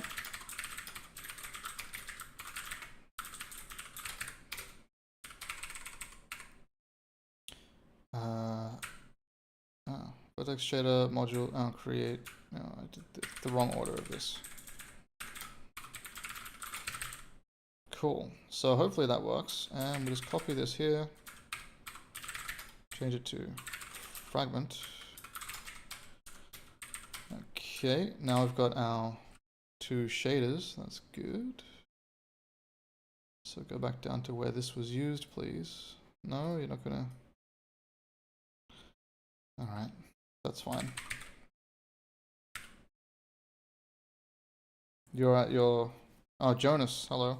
You're at your, like your 4th attempt too. Got to the point where you render 3D models with textures and you got a UI with micro UI. Nice. Good stuff.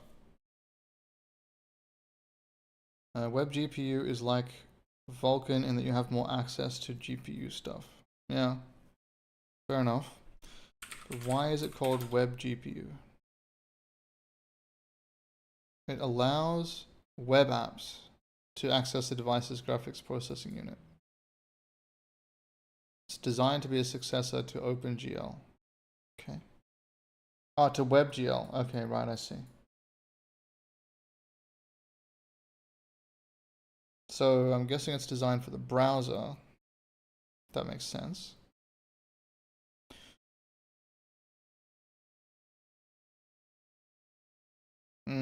So it's an abstraction on top of Vulkan, Metal, and DirectX 12. Is that what this means? I don't know. Interesting. I think I'm pretty safe going with Vulkan, because like, hopefully I eventually release games, right?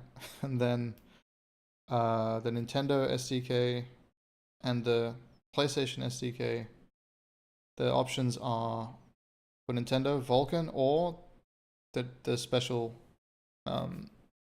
Nintendo API.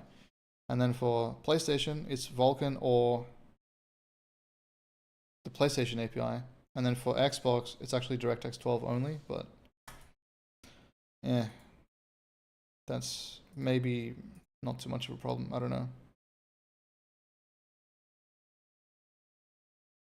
So to be honest, you forget, but you think web GPU can run outside the web, but maybe that's just the WGPU. Yeah, I've seen people using web GPU in native apps. I just don't really... I don't know. I don't know enough about it, let's say. I think the name is just putting me off as an ex-web developer. I'm sure anyone who has done web development and game development can kind of understand what I'm talking about there.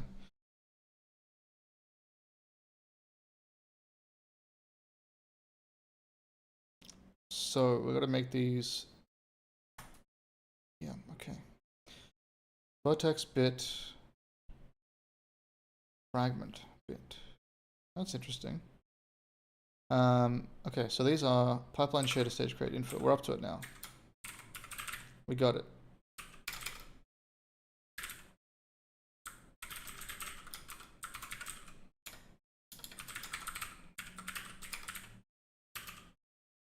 Stage is Vertex.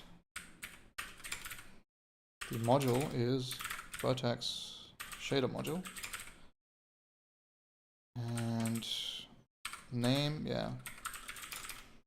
Main. What else do they have? Is that it? That's it.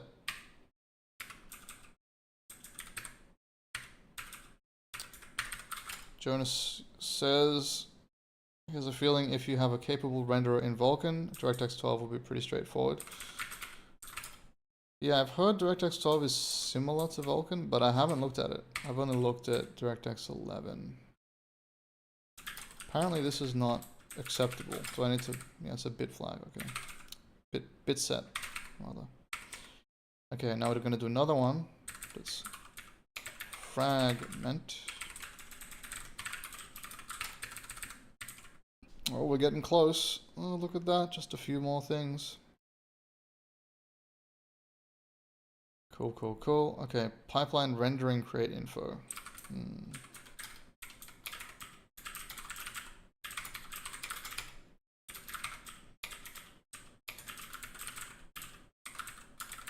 You hear they're pretty similar? Yeah, I've heard the same thing.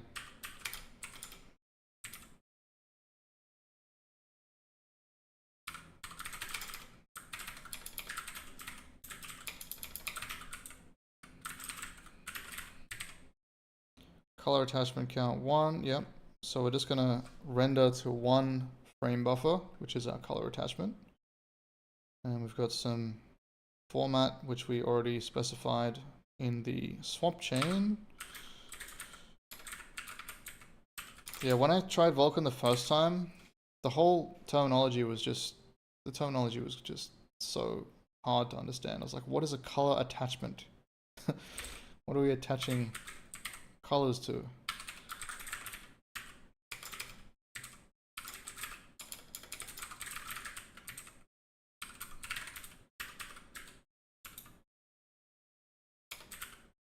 No, not dimensions. It's not.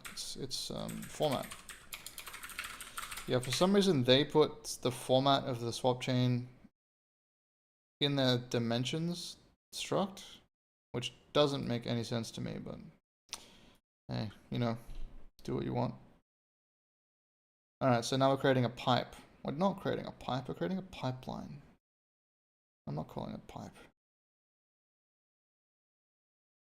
It's something that needs to be digested over time. Yes, I agree. I agree. That's kind of why I was looking at this. I think I want to make something about this. I don't know what, maybe a video, maybe a newsletter about this gap between OpenGL, DirectX 11 and Vulkan, and then this SDL3 GPU API seems like a good bridge between the two.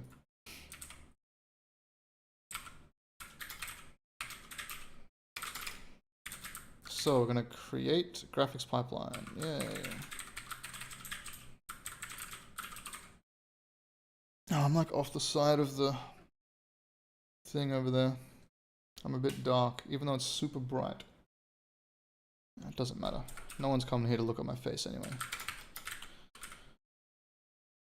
It looks like so-called plans to have compute shaders at some point, according to an old blog post. Nice. That's cool. So we're going to do graphics pipeline create info. I don't know why I even looked at that when it's right here. It's always the same name. Definitely following my advice on learning SDL3. It's been really good.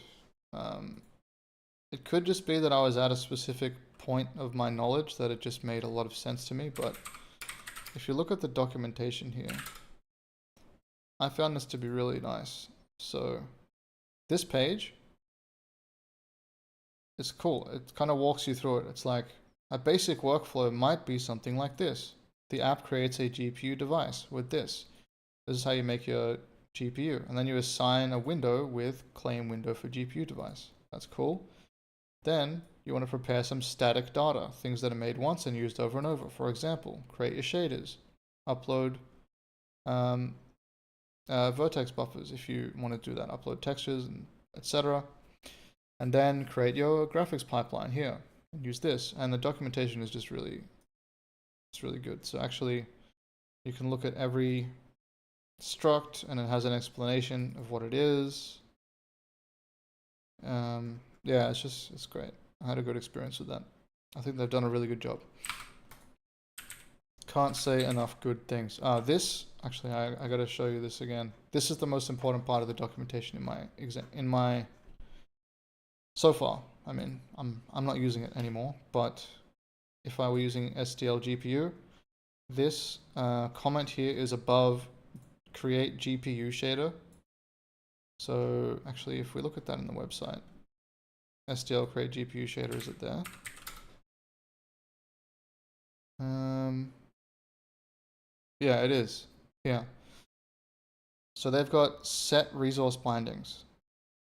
So basically, if you want to add a uniform buffer to your vertex shader, you must use, let me see, where is the simple 3D vertex buffer? You must use set1 to bind it. So it says here, set1 uniform buffers.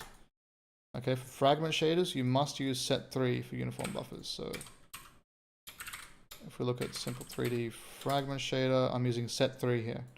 If you don't do that, then the data is not going to come through. You're going to have errors, and you're going to have Vulkan errors, which not sure if you've seen them before, but they're really, let's say, dense with information and hard to understand. And so there's all this other stuff here as well. This is for DXBC and DXIL, which I think is the DirectX bytecode DirectX intermediate language. So if you're using HLSL, you might compile to this. If you're using GLSL, you probably compile to SPIR-V. So yeah, just make sure you look at this, because otherwise you will have a bad time.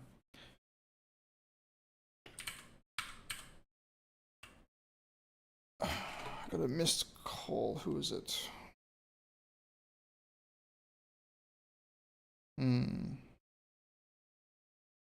Just a second, please.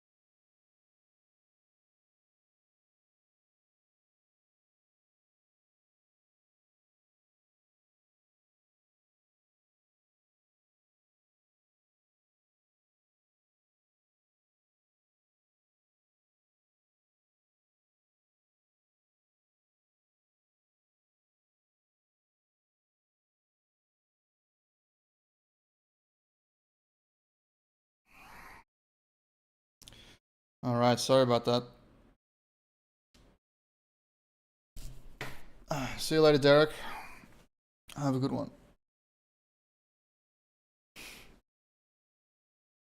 So, what the...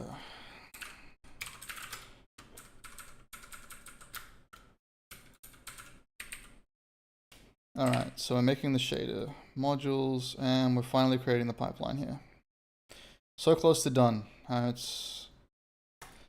gonna run a little bit over time, but only a few minutes. So that's fine. We'll create the pipeline. We're gonna have rendering info. Pipeline rendering info. Okay. I didn't know about that. Stage count is going to be shader stages. Okay, that's fine. We can do that.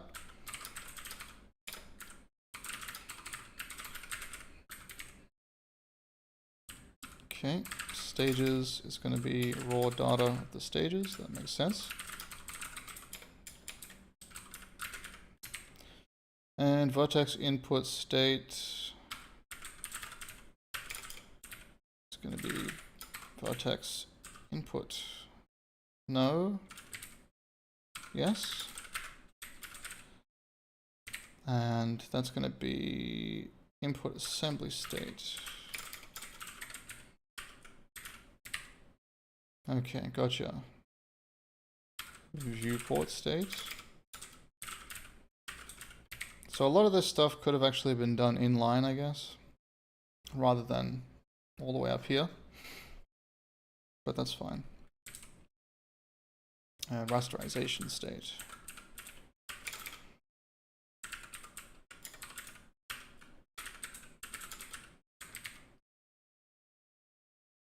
Cool. Multi-sample, depth stencil, blend. All right.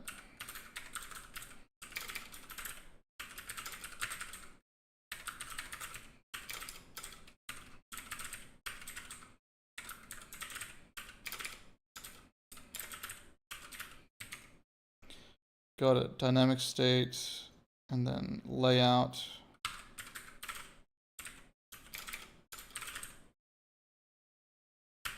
Is it dynamic state info? I'm guessing this.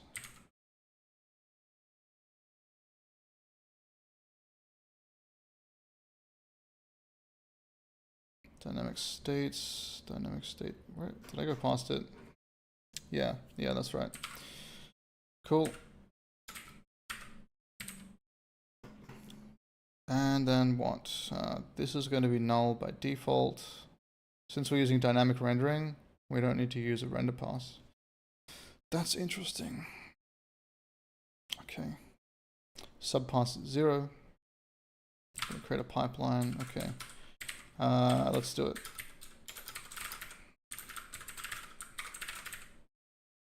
Create graphics pipelines. We're going to send in the device.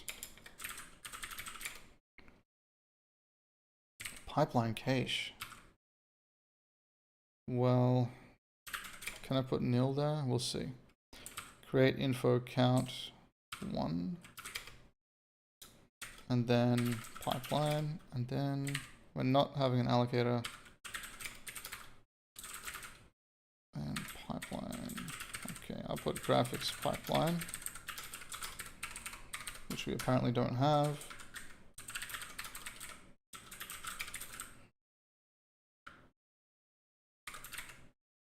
Is it just called pipeline? Or... yeah. Maybe not. Okay, so this is wrong apparently. There is no stages. Is it P stages? And this, you cannot send an untyped nil. Okay, did I mean graphics? Yeah, I did. Okay, and we'll destroy the modules, I guess. What? Destroy shader module, right?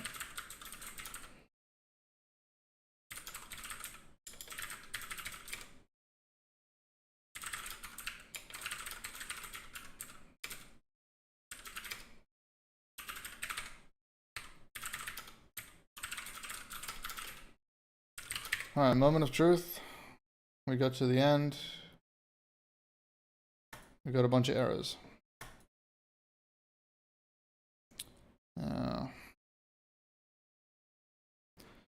Got a bot. Get out of here.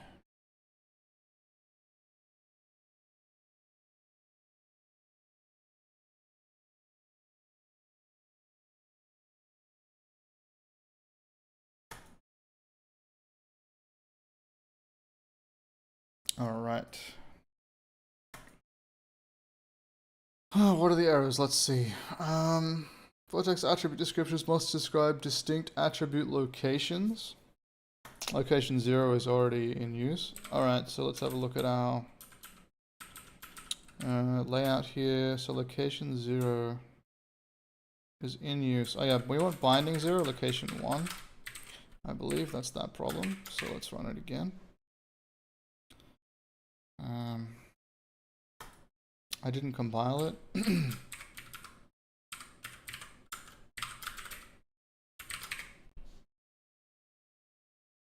Cool.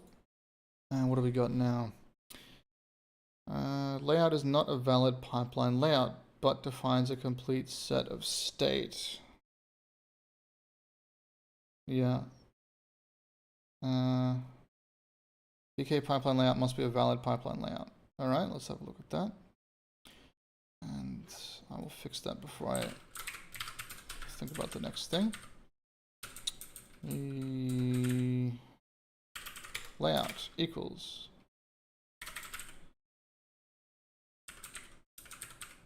We created it up here, right? What was it called?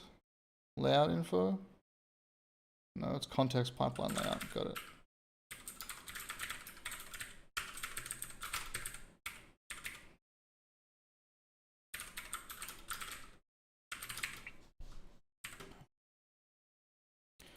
Alright, success. We've successfully made our pipeline. That's good. I think that's the hard work done. Now we just got to draw the thing, which means command buffer stuff. Getting a command buffer. And what else is there? That's still quite a lot of code. Alright, let's just do it. Let's just get it done. I'm just going to put it on this side. And I'm going to put this here. And I'm going to make it smaller. And we're just going to do it. So we've made our pipeline. We've got our rendering area here. So I'm just going to start writing the code. Command buffer is per frame swapchain index. Okay, let's have a look at that actually. God. Yeah, I want to see where it's used. So index, acquire next swapchain image. Oh no, I didn't look at that, did I?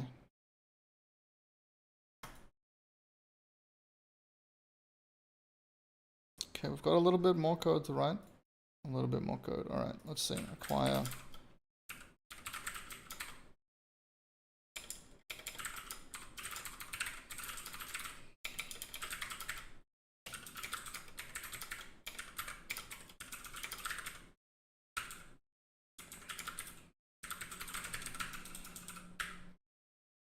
I guess we're going to use an out variable. No, I'm not going to do that. I'm going to put U32.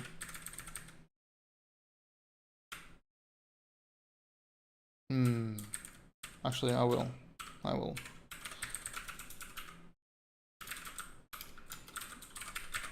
For now, it'll be fine. So we need to get a semaphore. Okay.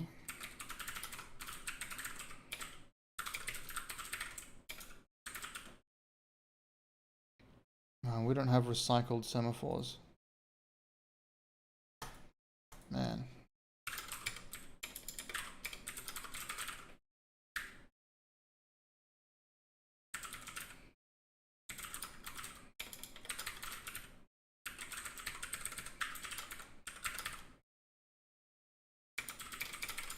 If it's 0, then we want to make a new one.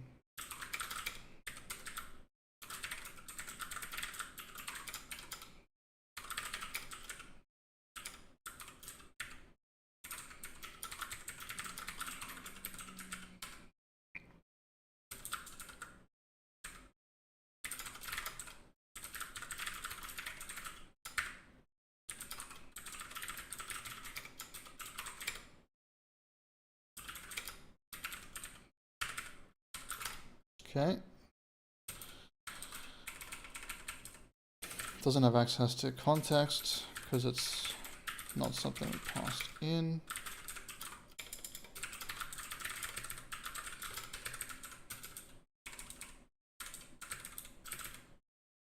There is nothing called recycled semaphores because we didn't make that.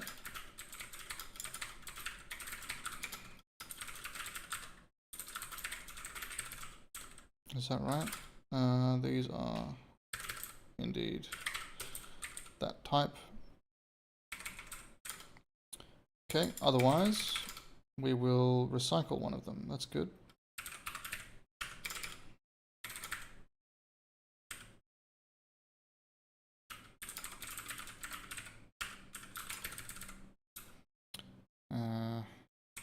What's the problem? Why can't I do this? There we go.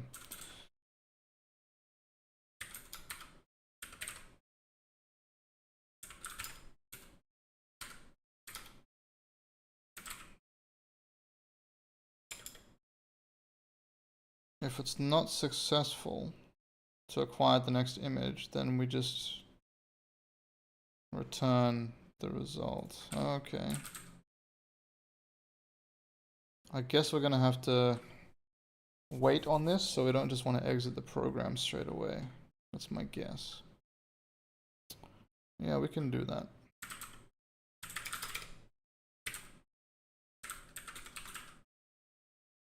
Acquire next image KHR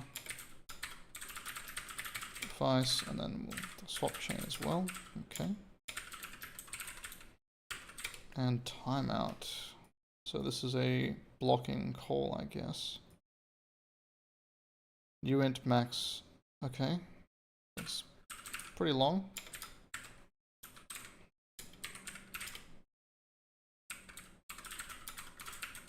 Acquire semaphore, and nil, and no, this can't be nil. No fence. Okay. And image, but that's not an image. Oh. Yeah, that's right. Okay, cool. All good. Okay, so we're acquiring the next image apparently. If result is not equal to success, then we want to return result and put the semaphore back. Okay. We will append it because I don't care what order it goes in.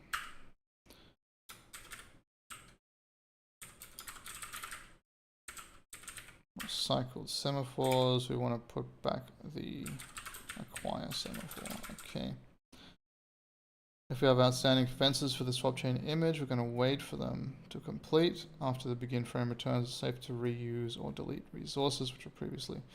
We wait for fences which completes end frames earlier, so we don't stall, waiting for all GPU work to finish.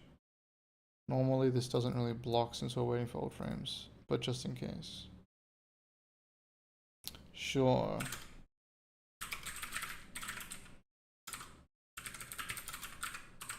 If per frame image dot q submit fence is not equal to, I think this must be nil, right? Wait for fences.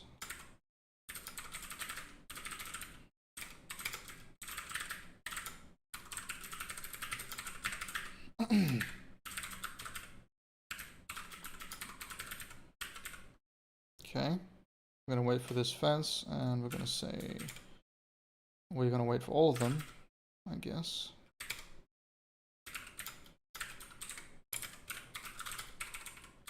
don't really understand what that means. This also seems to be a problem. I'm gonna have to look at this type. It's a distinct non-dispatchable handle, which is a U64. Okay, interesting. Right.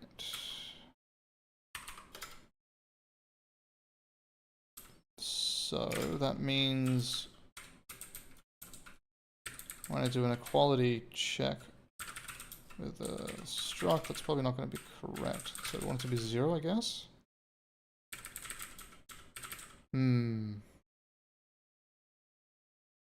Okay, that might cause some issues. We'll see.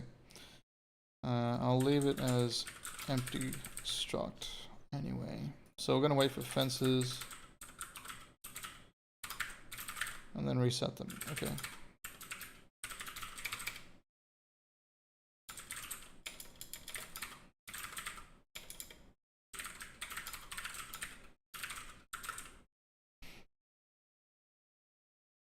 Okay, so we're going to reset that particular fence. Makes sense. Alright, then the command pool. So if we have a command pool, then we're going to reset the command pool. Alright.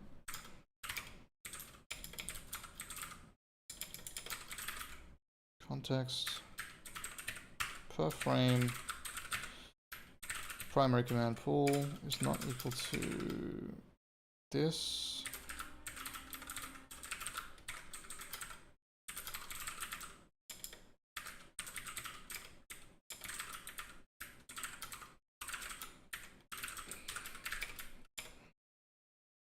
Primary command pool 0. Okay.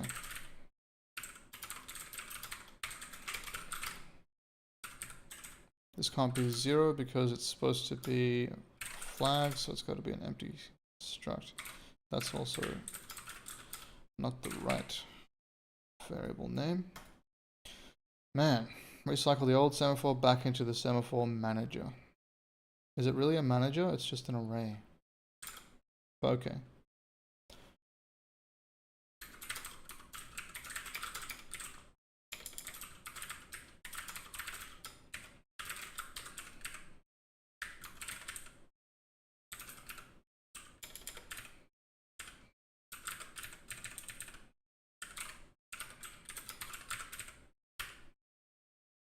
Okay, so that's the acquire semaphore.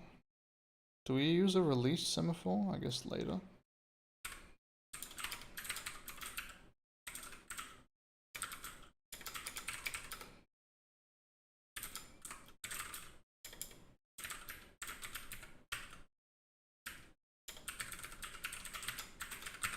So just gonna do the same thing again.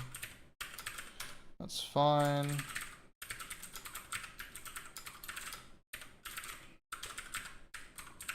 See, with SDL3 you don't have to do any of this stuff, which is maybe good.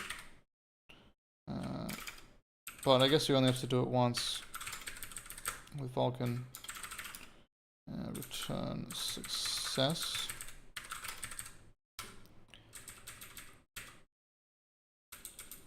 Okay, apparently this is not a thing. So, yeah. So we got the next swap chain image. Right. Acquire next swap chain image. We're going to pass in a context and a pointer to an image index, I suppose.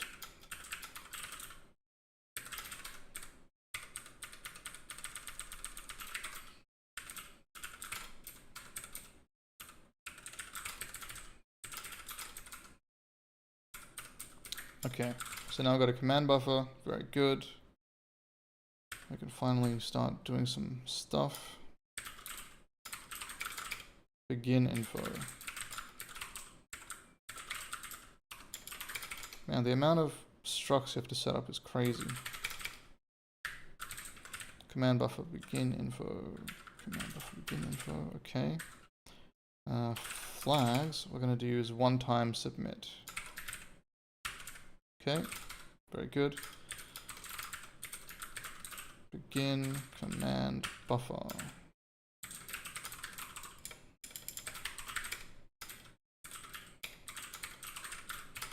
Done. What's wrong with this? This is not. Oh. Right, I didn't actually get the correct thing from it. It's supposed to be primary command buffer. There we go. Transition the swap chain image to color attachment. Optional. So there's another function here which we didn't write. Okay, let's have a look. Transition image layout. Command buffer.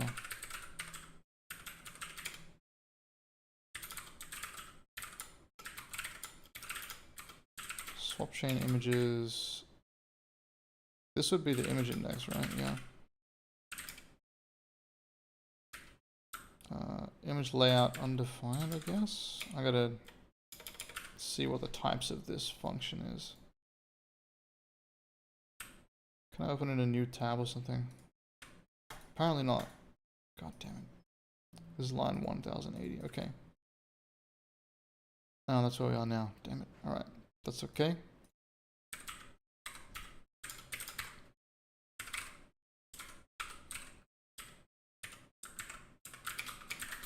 Okay, so we're going to take in a command buffer.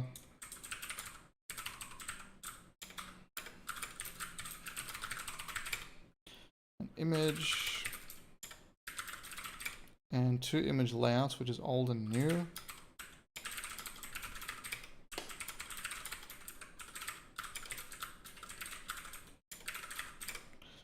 And two access flags 2, which is a source and destination access mask.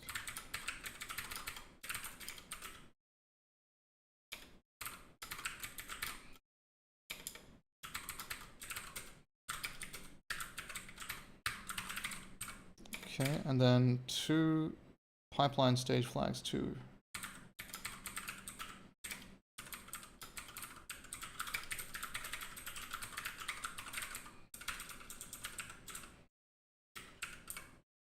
Okay, that's a lot.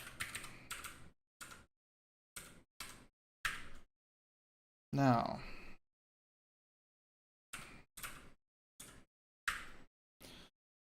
right, this is the image barrier stuff. Okay, so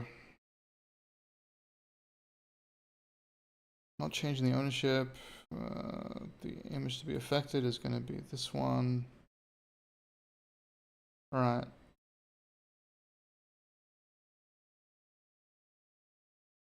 Okay, that's fine. Just lots more to type.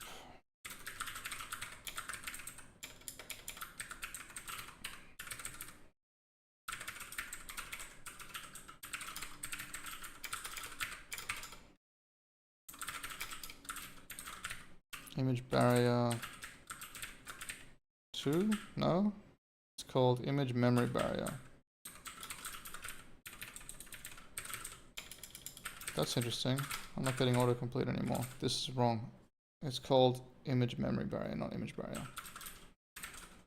And this is called command buffer without an underscore. Image memory barrier 2. There we go. Source stage mask equals source stage.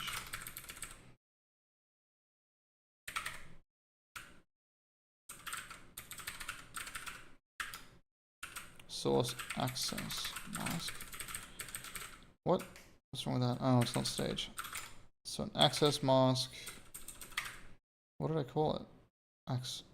Source. Yeah. All right.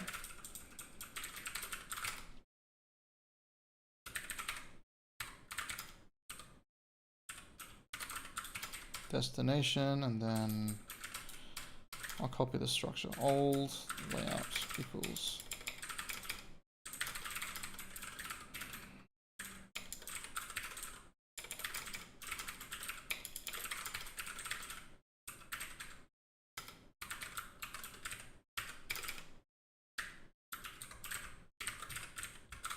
okay.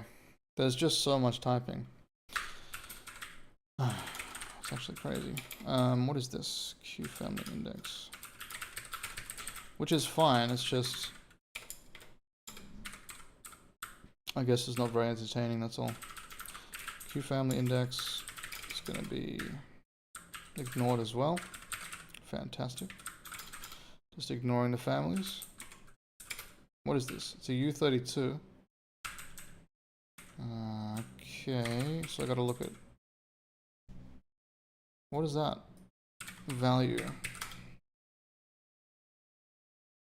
It looks like it's a 0. Okay, so I don't need to do it then. That's fine. If it's ignored, I don't need to put it in here. So image is image. That's easy enough. Sub resource range. So what is this? Aspect mask is going to be color. Okay. MIP level 0. Level count 1. So we're not going to do MIP mapping at all. Base array layer is 0. So I guess that would be for a 2D texture. It probably says something here. Starts at array layer 0, number of array layers affected. Well, that's... No. Okay, thanks. Good comment.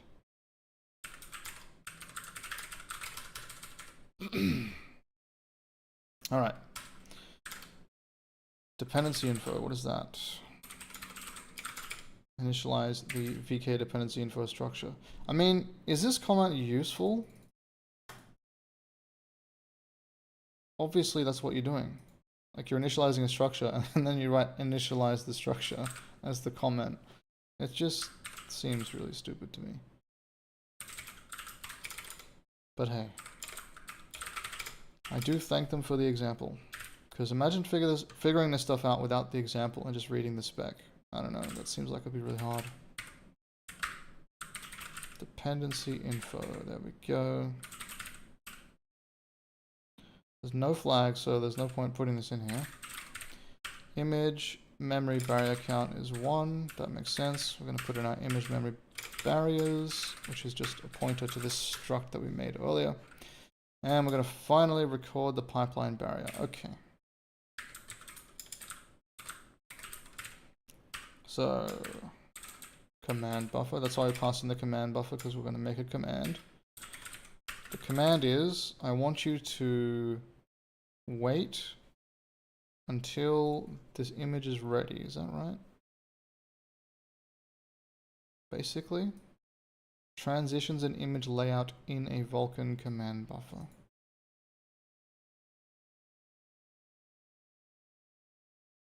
Okay. Well, I might have been wrong, but did the family ignored value have a bitwise not? It had a...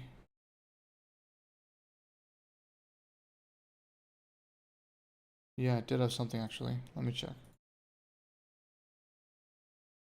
Let me check. What was this? Q family index, right? Hey.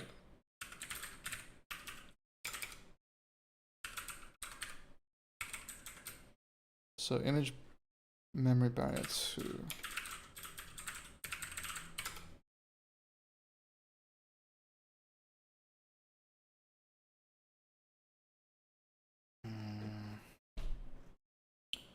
Let's have a look.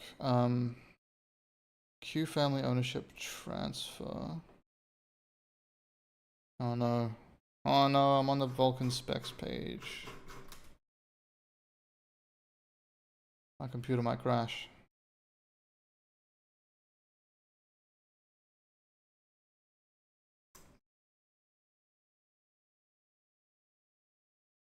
That's weird. I thought I looked up... Oh, I looked up the constant, didn't I? Yeah, it was actually this, which would be... Would that be the same as 0xf, f? Is that what that means?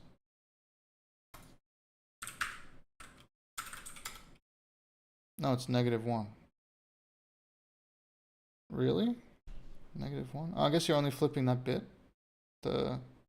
See, look at this.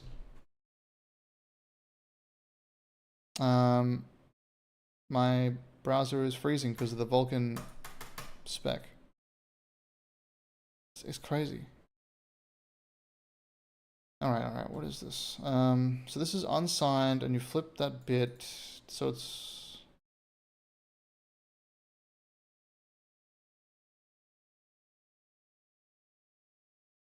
a special queue family. Okay, yeah, I don't think this is 0. Right?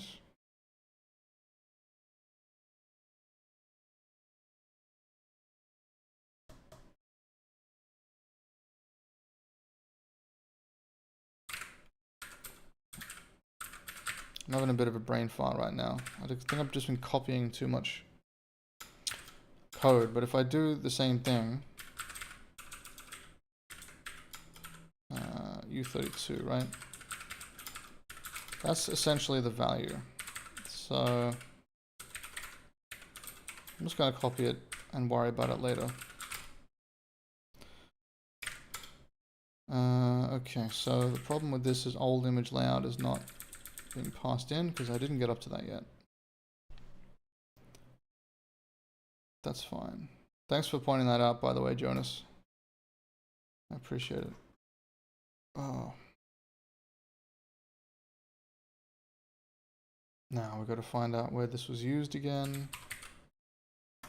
You got curious because you think you just set those to 0 yourself. Yeah, maybe that's fine. I don't know. I'll have to look into it. Okay, so we got an image and then the old image layout, which is what? Color attachment optional. And now it's going to be present.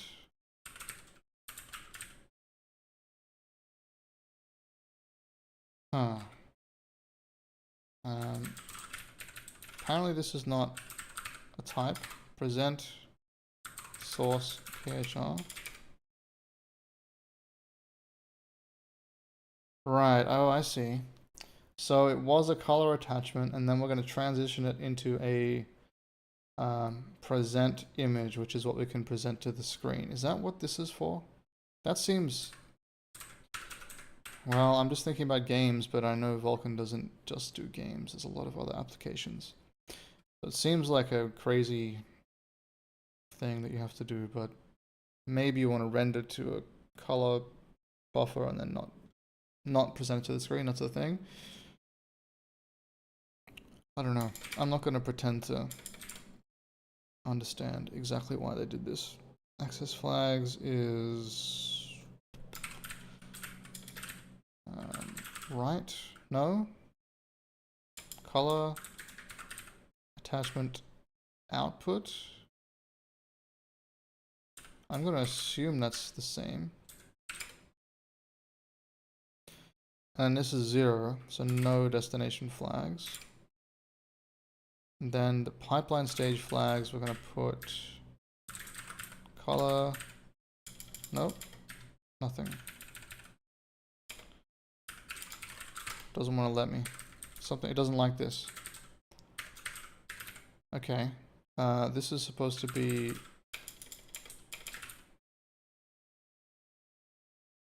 I gotta look at this. So this is supposed to be access flags too, right?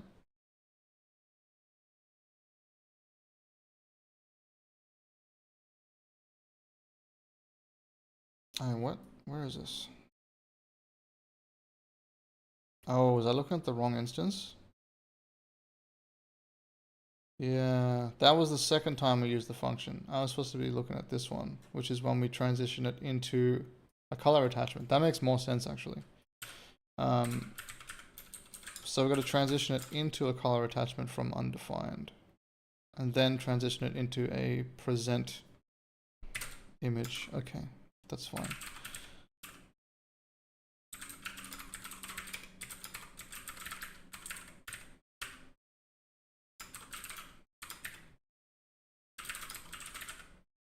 Okay, we got that, and then we're gonna do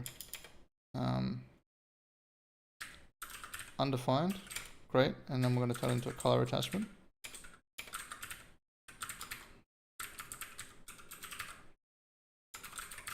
Optional. I don't know why it just stops. Autocomplete just stops working. I don't know what's going on. Oh well, that's fine, I guess. Source is nothing because we don't have anything yet. The destination is going to be writing. So this is where I was having an issue. Destination flag, destination access. It's supposed to be access mask 2. And we want color attachment right bit, which is right here. No, not this one. Or is it this one? Color attachment right. So this is access flags 2 and access flags 1.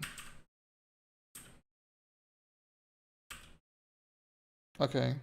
It is in both of them. So this one. Color attachment right in access flags 2.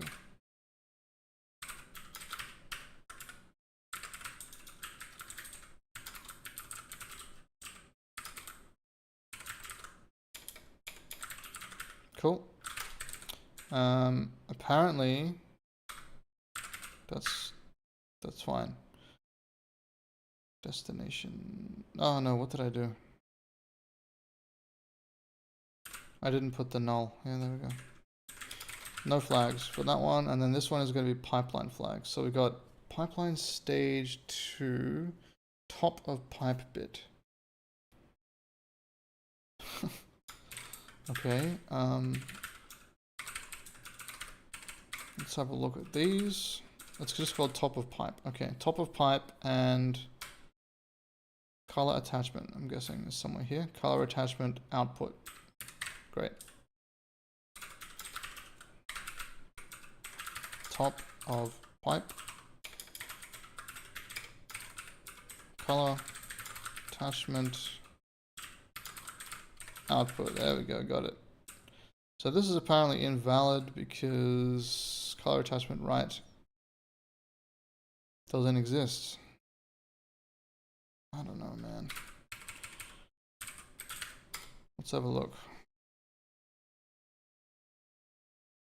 Undeclared name, color attach. Oh, I made a typo. That's why.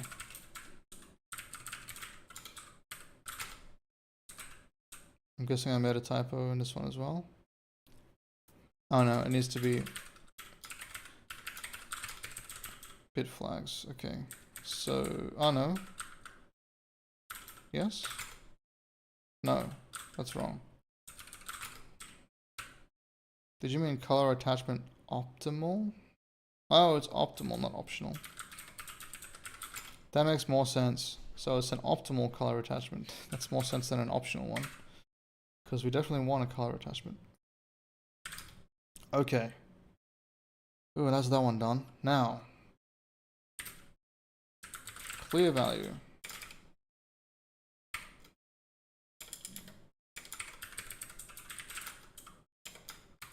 This one we can all understand, right? It's just going to be the color of the background. Very simple. Color equals. What's the value of the color though? It's going to be a clear color value, which is a union. So if I put 4 floats, is it going to complain because it doesn't know what it is?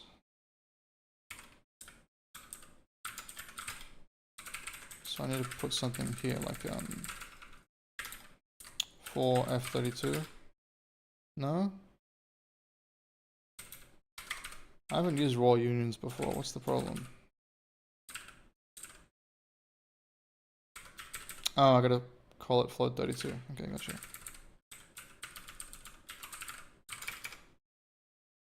That's not right. It's gotta be something like this, yeah? Yeah. Okay. Cool. Color attachment. Okay, we'll do that.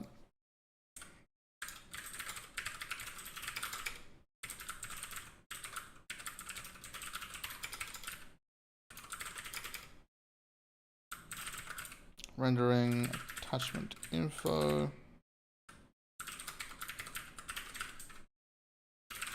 Image view is going to be the swapchain images, image index. What? Is it the right type? I guess so. Okay, load up is going to be clear, and then the store up is going to be store. That makes sense. So clear. Store up is store. Clear value is clear value. Easy. Whoa. Yeah, this is the wrong thing. We need the image views. That's right. That makes sense. Okay. Begin rendering. All right.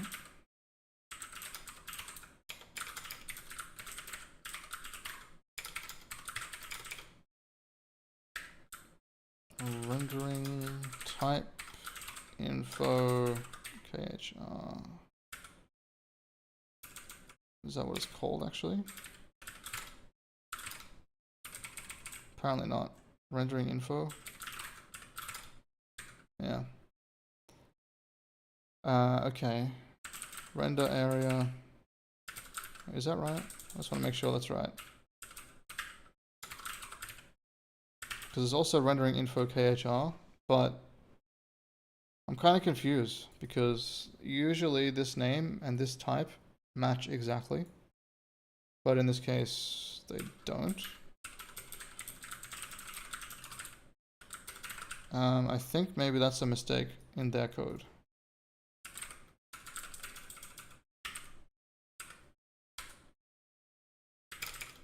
But I'll copy it anyway, because apparently it works, right?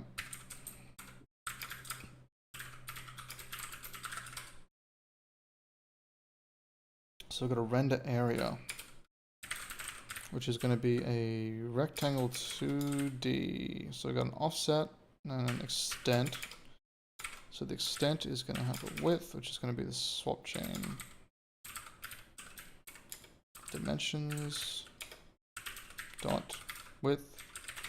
Change that to height, put height. Easy peasy, lemon squeezy. Layer count, is that here? No.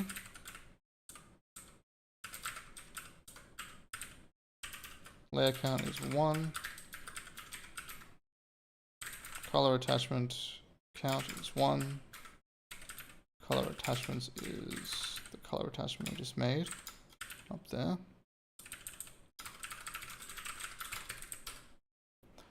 Okay, so close. I'm going to do the draw commands very soon. Begin rendering.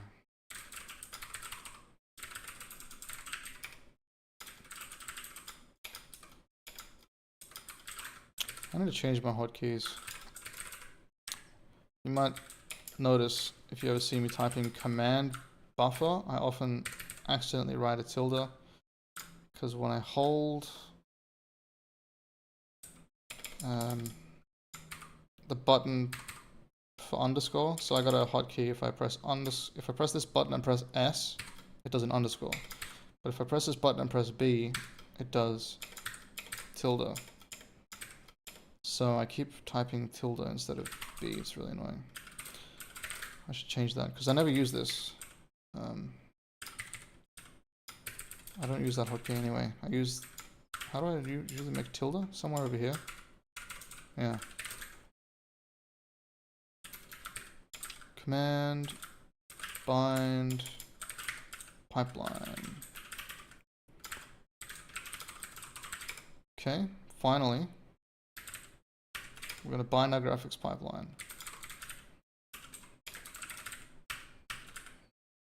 Very good. Like, nothing. just this comment again, bind the graphics pipeline, command bind pipeline. It just reminds me of when you're in your first year of university or college or whatever. And that's kind of how you write code. You just type the function name in a comment above the function you're about to call.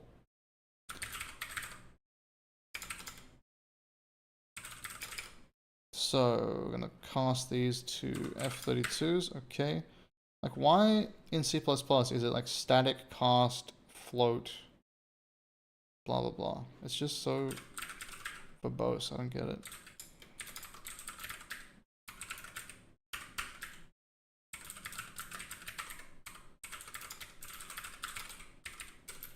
What's wrong with this? Begin rendering. It's not available because it's command begin rendering. Alright, and then depth. We don't need to specify 0, but I'll do it anyway. CMD set viewport. So this must be the dynamic rendering we're talking about. The dynamic commands. Because usually you have to set the viewport on the pipeline. We don't have to do that. That's cool. Set the scissor dynamically. Oh, yeah. Sure.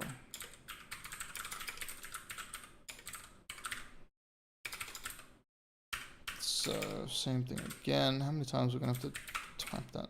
CQ. But.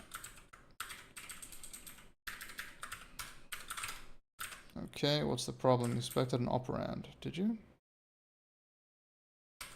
Why? Because I didn't save. Oh, there's an equal sign here. Okay. Set the scissor. Hey. Snip, snip.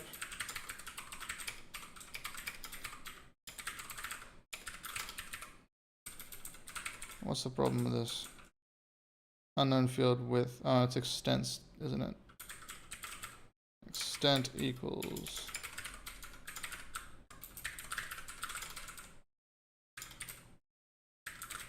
Set col mode to none. That's always the safest bet when you're first starting out.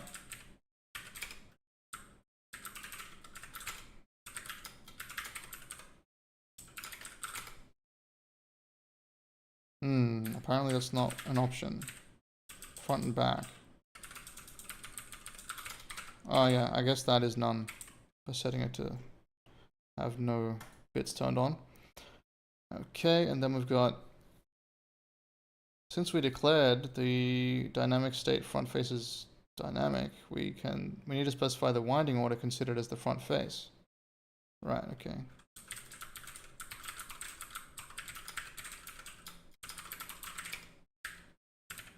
Clockwise, very good.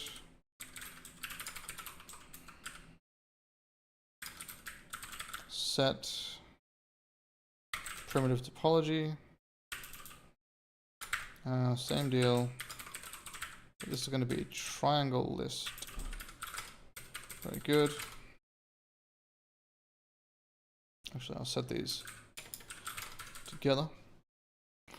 The scissor is cutting, I believe it's the sides of the screen, so the sides of the viewport. If you've got something that's half in and half out, you still want to render it, you don't want to exclude it. I think that's what that's for. But I haven't looked into how scissoring works exactly yet.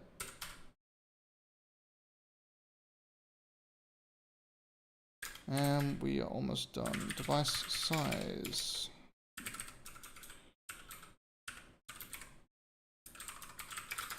Offset. Okay, that's bind vertex buffers.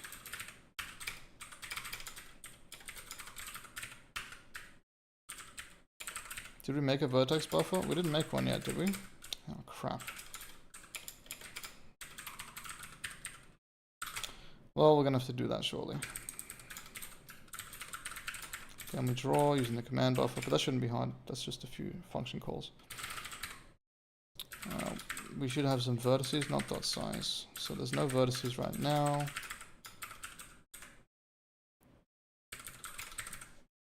thought it would just come free with the viewport. Yeah, I guess it's maybe you want to specify it in case, for example, if you have lights or something that just outside the scene. It'd be really weird if you turned the camera and then it just didn't render that, and so nothing in the scene was lit by the light until you had it on the front of your, or had it within your vision. That's just one example I can think of, but I'm not entirely sure. As I said, I haven't looked into it enough yet. So there's no vertices yet, but we're gonna make them shortly. Okay, that's the commands for drawing all queued up, and then we've got to transition the image layout again, which is a whole thing. So this time we're coming from a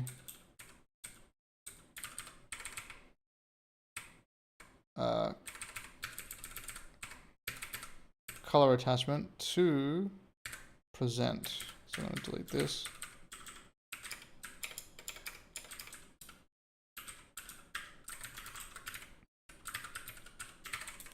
What is it called? Present source KHR. Yeah.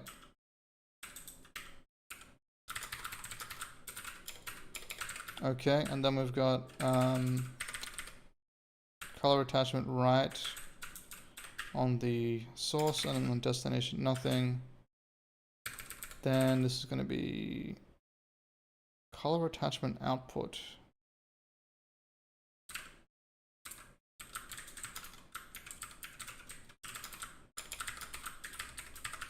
And this will be bottom of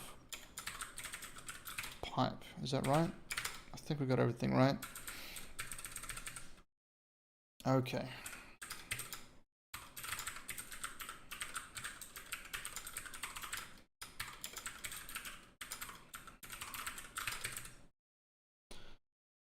Alright, then we submit the commands to the queue, and that's it for, well, for that part. There's still a bit more we have to do. 2 p.m. Alright.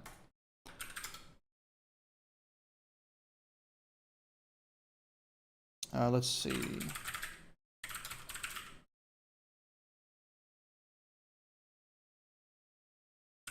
Before, actually, yeah, I'll finish this and then we'll go back up.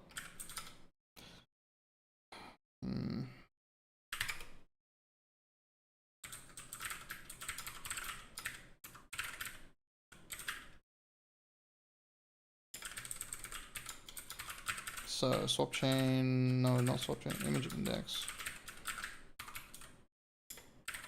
Swapchain release semaphore. If it equals nil,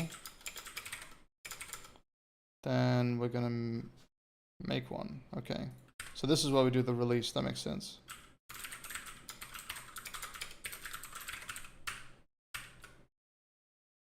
Create info. And we're just gonna put in the type.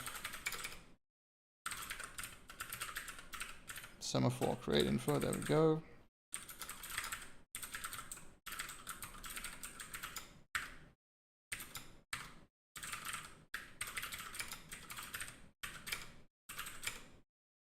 And the semaphore is the swapchain release semaphore, right? Yeah. So basically this.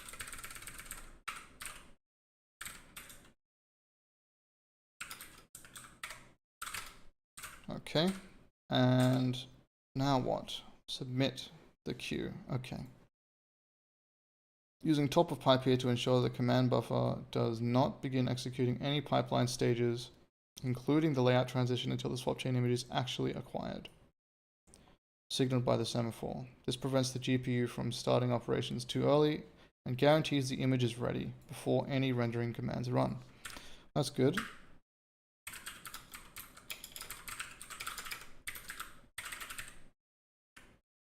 Pipeline stage flags. Not 2.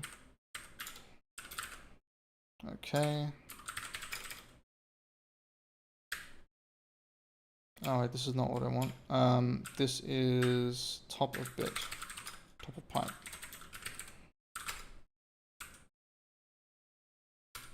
Okay, that's good. Info. I mean, submit info, I guess I would call it.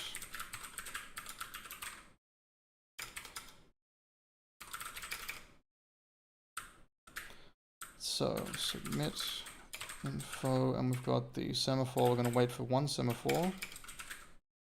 We're going to wait for the acquire. So that makes sense.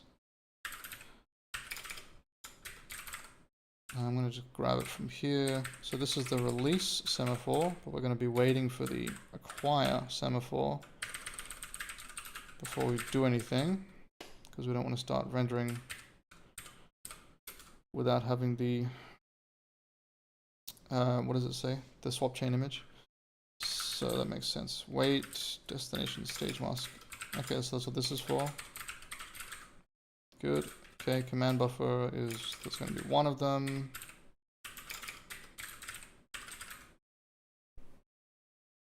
And the signal, that's the release. Okay, good. Gotcha. Signal semaphore count is 1, and signal semaphores equals basically this.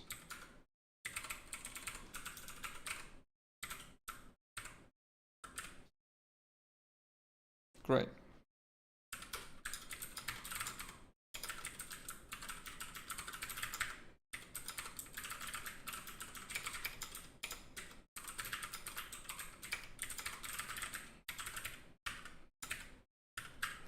All right, almost done. Or maybe I'll just keep telling myself that because it's it's taking so long. Queue submit fence.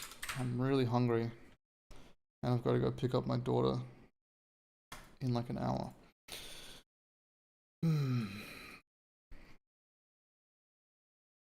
All right. Okay, so that is finished. That really long piece of code there. That's the rendering code done, but we don't actually have the vertex buffer because we didn't make them. So let's see. How much is this? Not too much. I didn't think it would be. So up here I left a comment. I was down here. Init vertex buffer. Here we go. So vertex buffer size. Okay. It's the length of vertices, which I don't have yet, but I'm gonna grab it.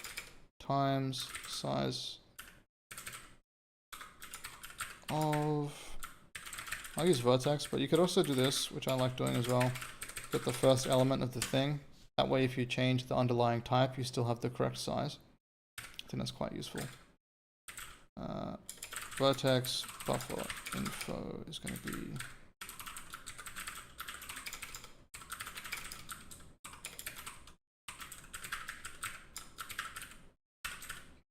okay.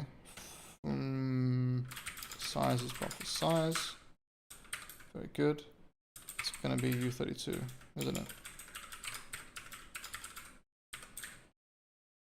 Usage, vertex buffer, sharing mode exclusive,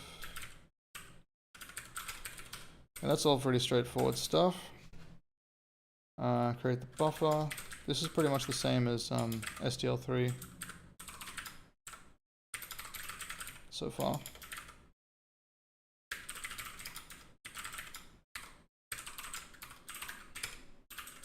And what's the last thing? A P buffer, P buffer, P buffer, P buffer, P buffer. What is that? Oh, the actual handle we're going to put it into, which I guess will be vertex buffer. Okay. So we'll put this here somewhere.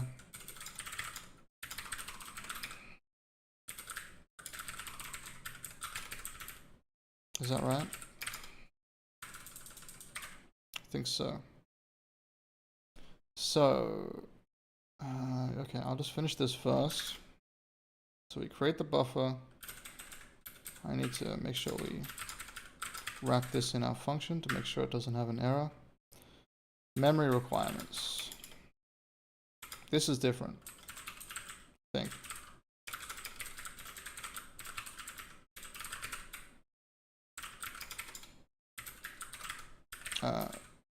Yeah, this is something we need to query, okay. We're querying something about memory requirements.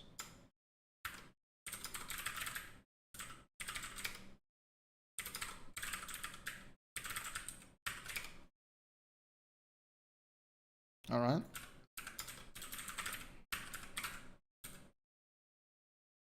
What is it for?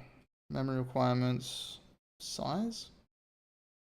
So we create the buffer based on the size and then... Okay. Not really sure. I'm gonna have to look into what the point of this is exactly.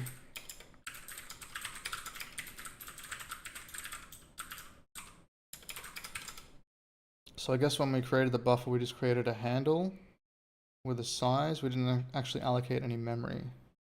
And then we're gonna allocate the memory here. Okay, that makes sense, I suppose.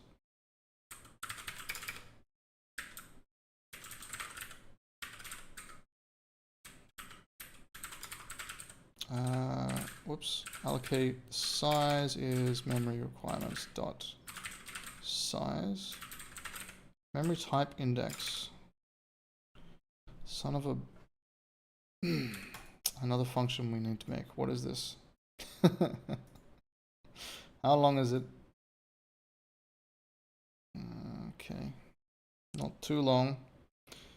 And the point is we are finding something that matches the type filter and properties. Okay.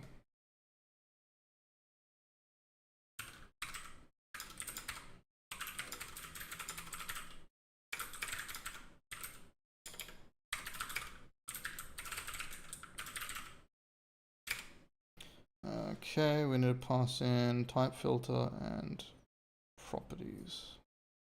Very well. The type filter is used here. All right.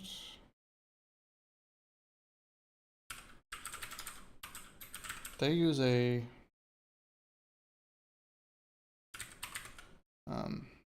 U32, but we can probably use whatever this is stored as in the bindings. So if we go here and we look for host visible, no, nothing. It might not be in that point, might not be in that position. Memory type bits, memory requirements, okay. What just happened?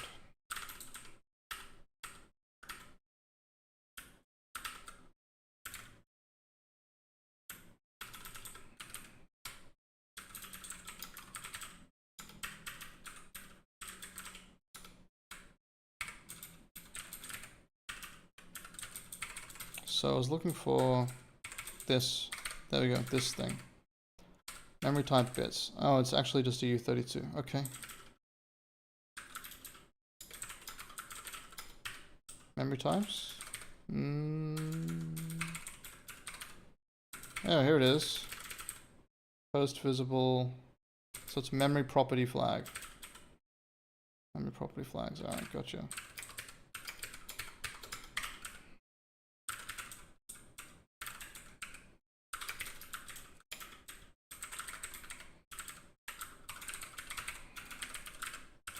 Okay.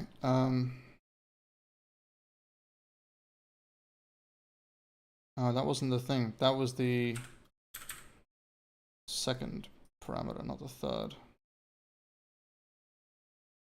Okay, what's this part? Okay, stop doing that, GitHub, please. Oh god. Alright, fine. So the type filter and the flags. Oh. Okay. I'll just do this and we'll see what happens.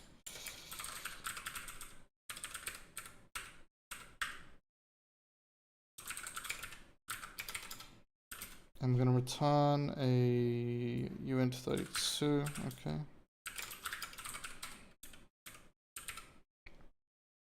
So we're going to go through the memory properties. We're going to query them. And if the current memory type is acceptable, we return the index. Okay.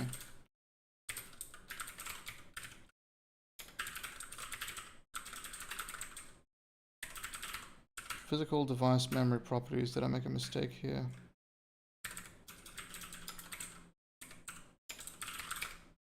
Doesn't look like it. Get physical.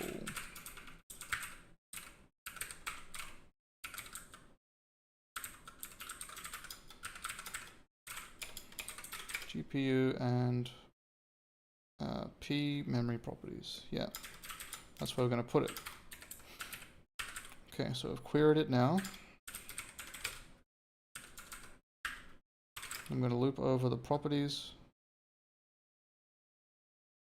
for memory type in. Actually, we need the index. I guess we can do that. For memory type in mem properties dot. Wait. No, I'll use the same kind of loop.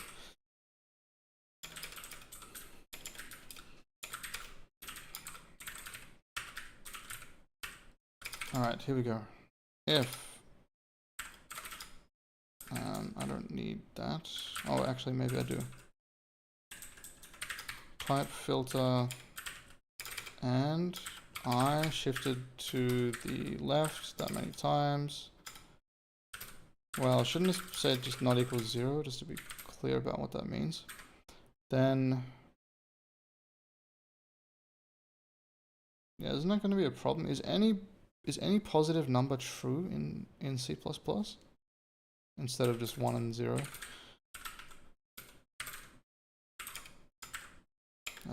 If mem properties dot memory types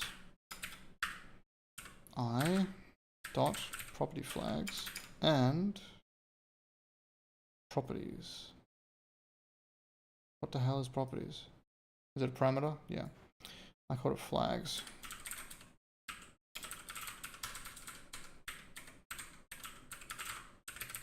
So if this is not equal to 0. No, not equal to 0. We want it equal to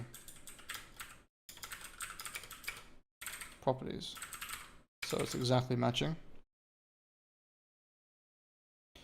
Then, yeah, return I, okay.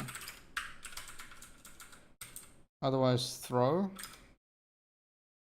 Okay, I guess I will just do panic. Fail to find suitable memory type. That's fine. We can do that.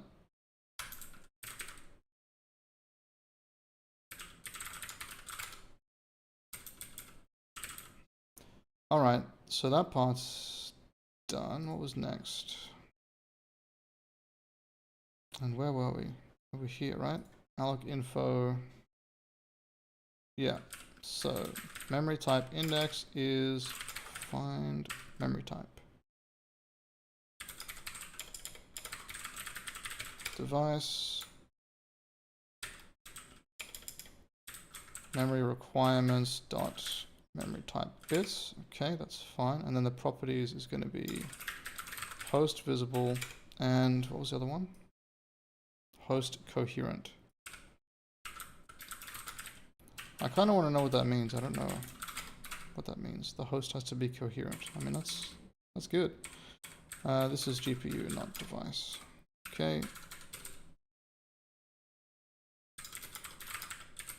Okay, now we're going to allocate the memory finally.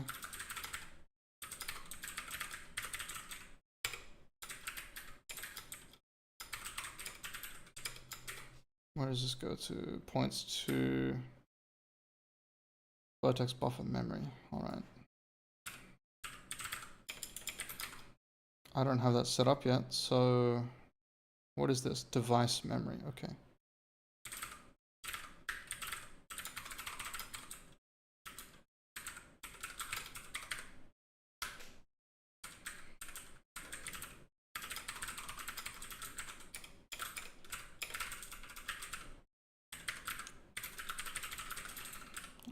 device memory. That should be good, I think. Alright, getting close. Now we're going to bind it and we're going to copy the data into it. Fantastic. Bind the buffer with the allocated memory.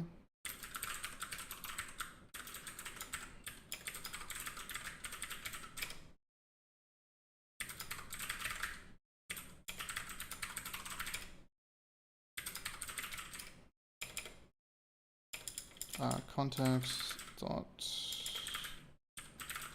vertex buffer memory, and then the last thing is 0 memory offs. I need to cast it to a device size. I remember having to do that last time I used Vulkan. Okay, that's apparently incorrect because I put an X here instead of an R. Very good. Okay, now that's not C. We're not using C. Data raw pointer. So we need to map the memory. So we're going to get a pointer into the memory here that we can write to.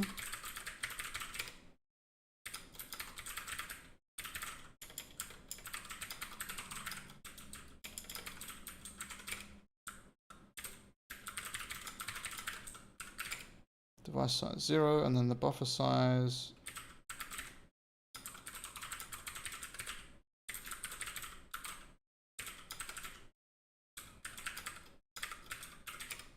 and memory map flags are what?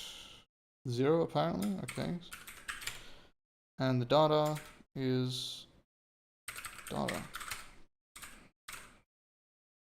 Okay, so we've mapped the memory. Now we can copy the memory into data. Of course, we're going to have to grab these vertices shortly. And this will just be len. No, we can just use buffer size here.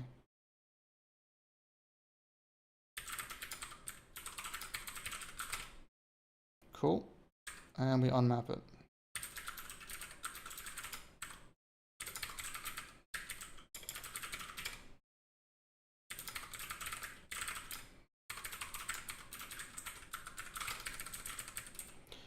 All right, that's that part done. So we've initialized the vertex buffer finally.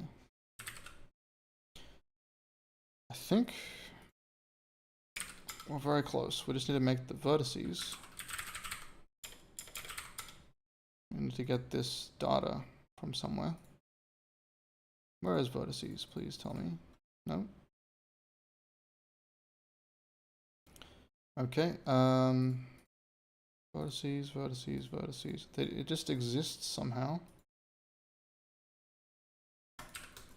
Probably in the header file then, I guess. There we go. Alright, so vertices. It is slice of vertex, which I'm using the same. I'm just going to use my my type here. So I've got vertex 0.5 minus 0.5 and 0, 1, 0, 0. Okay, and then 0.5, 0.5, and then negative 0.5 and 0.5. That'll do.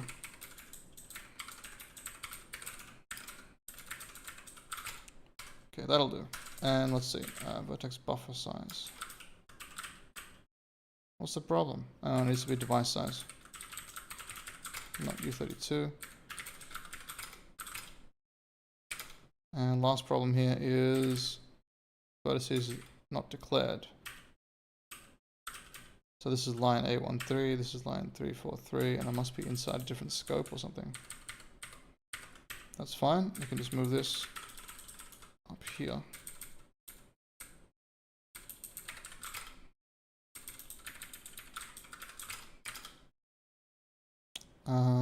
U32. Okay, I'm not expecting this to just work. because that would be crazy. That never happens. Oh, we got a trap. Forgot about that. Oh, we could just continue.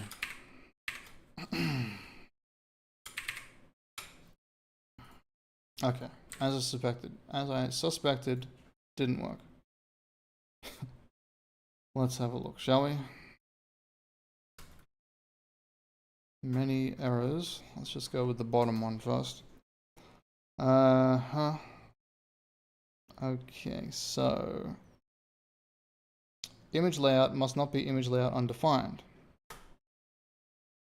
Okay, that's a bit of a problem.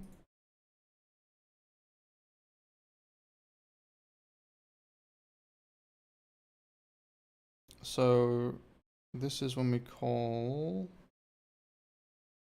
begin rendering. Image layout must not be image layout undefined. If image view is not null handle, I think this might be an issue. There might be cascading issues.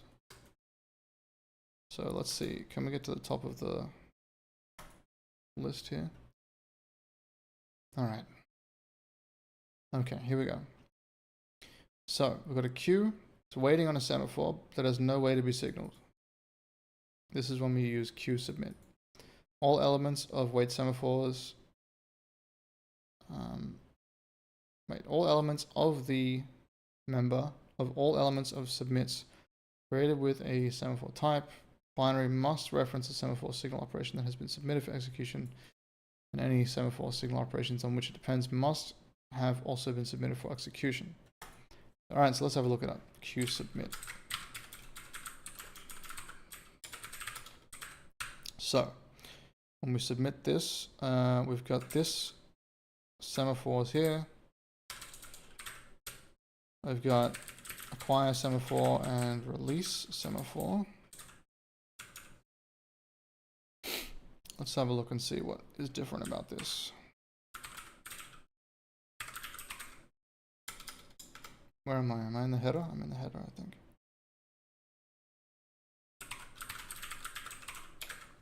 Okay, so we've got a type submit info with a wait semaphore count of 1. We've got a wait semaphore set to our acquire semaphore for this index. We've got our wait stage set up, which is set to top of pipe.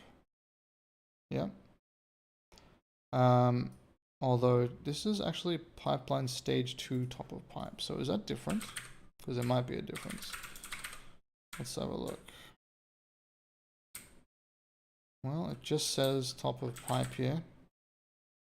Don't see any other options. Okay. We've got command buffer count set to 1. We've got command buffers here, and then we've got the signal semaphore count set to 1. And we are signaling the release semaphore. Okay, apparently that should be fine, but tis not. So we're not crashing, which means we're not hitting this, I think. Let's have a look. So that's my trap, and then we'll go next. We're running. So we're not hitting this ever, which means that all of our VK must stuff is passing correctly. But there are some nasty problems here. Is there anything at this point? Any error? No. Let's see. I can see the output here. It should come up as well. So, okay, we'll get out of the event loop. Okay, apparently, oh, because that's inside an if command. Whoops. Oh, the output is not. It's not displaying here. Right, because I didn't print it to debug output. I only printed it to the standard output. So I need this window. That'll do. That's fine. Okay. I'm just gonna. Yeah, we got something here. What is this? At this point here. So we've only just started. And we got that error, image layout must not be layout undefined. If the image view is not a null handle, which I guess it isn't.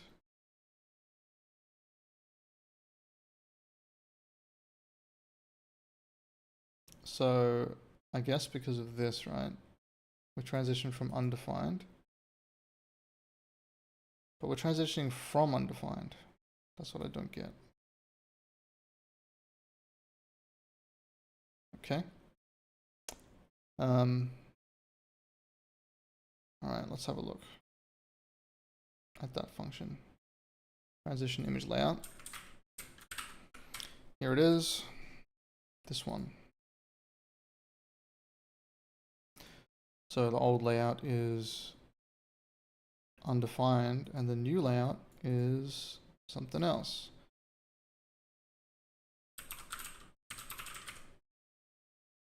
They do exactly the same thing. Old layout's undefined. And new layout is optimal.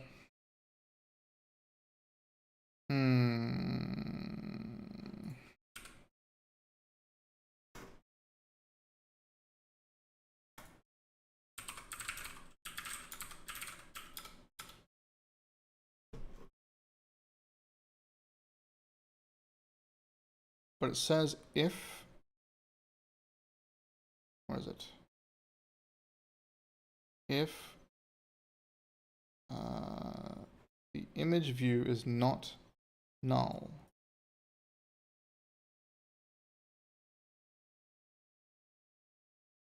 Oh, I didn't read this. Okay, it must not be undefined or shader read only or image layout transfer source optimal or transfer destination optimal or pre-initialized. Huh. Well, we're not using any of those. But we are using undefined. Color attachment optional is what we're using, which is not mentioned there. So what are the other options then? General? What happens if I change this to general? Is that going to actually fix this error? So it's at about this position, right? When we transition the layout. So I'll just put a breakpoint here.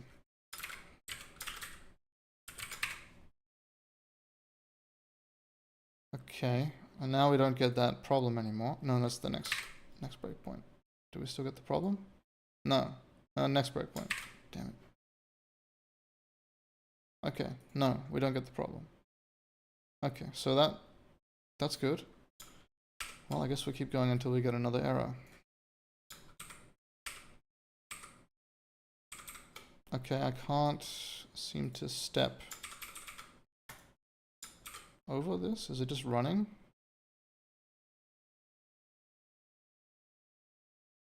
Okay, something weird is happening here.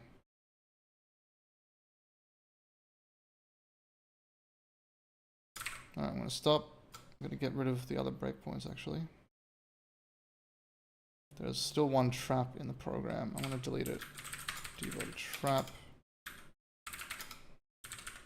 Not that one. That one.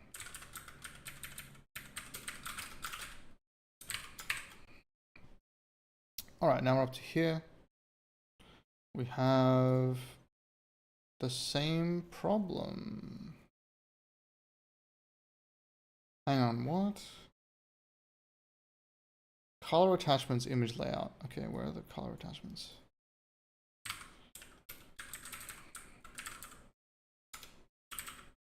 Here. So the image view is not null. And the image layout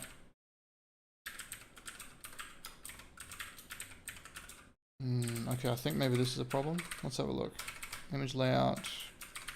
By default, it's going to be undefined. So we probably want to change that. Let's see. Color attachment. It's called rendering attachment info. So let's see what they've got. Did I just miss it? I just missed it. Yeah. So the problem is I didn't write that line of code. That makes sense. color attachment optimal. Okay, that's that part done. Okay. Let's run. Get up to a particular point. Okay, let's have a look. Nothing going wrong so far. There we go. Okay, invalid image layout again. To be in layout general. Instead, the current layout is undefined. Yeah, okay, so that was because I changed that here, so this should be undefined. Okay, so it expects undefined.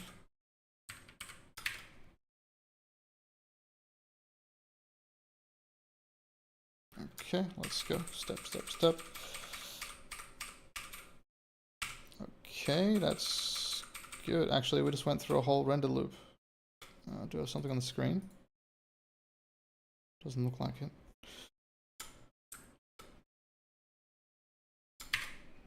Whoa, okay. What? Okay, so when we're rendering at full speed, there's a problem, I guess. Something about the semaphores, I'm guessing.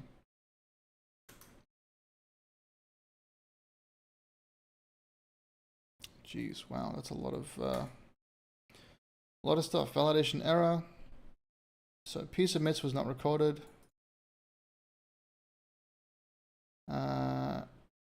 It's already in use and marked for simultaneous use. The Vulkan spec states if any element of the P command buffers member of any element of P submits was not recorded with the simultaneous use bit, it must be in the pending state. Okay.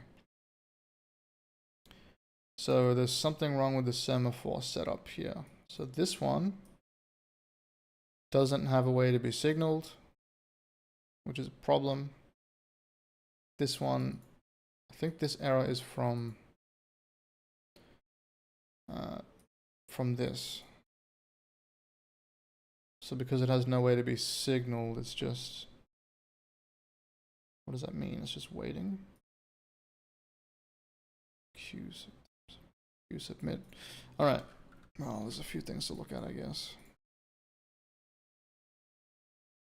What time is it? 2:30. Damn, I don't have much time left. I really wanted to get this done. In fact, I went way over time.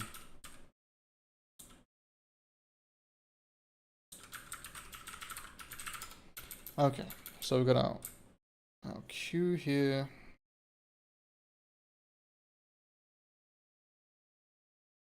Let's just make sure this per frame is set up properly.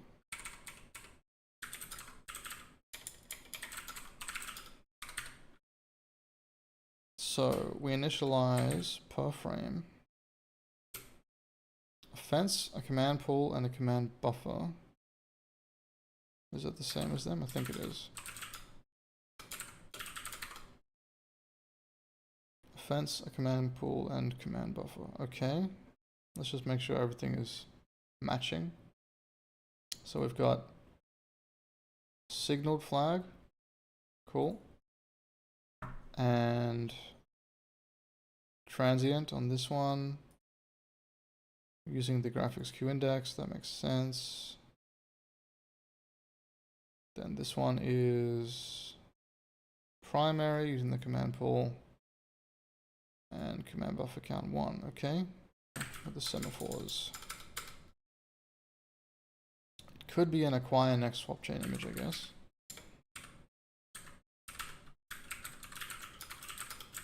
Let's have a look at that. Alright, so if the length of the recycled semaphores is 0, then we create one and we put it in here. That's fine. Otherwise, we use one from here. I think that seems fine. Acquire the next image.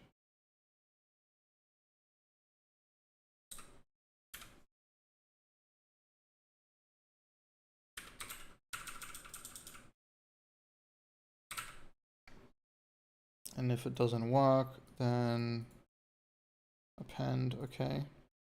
I realized that I didn't actually handle this.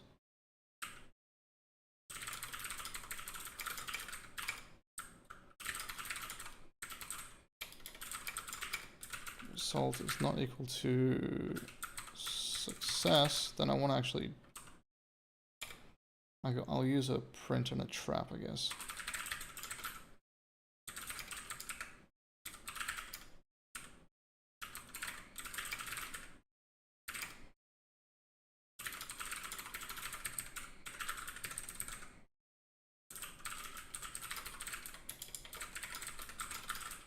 Okay. Very good. I need to stop the program and then run it again. Right. Interesting. We got an error here.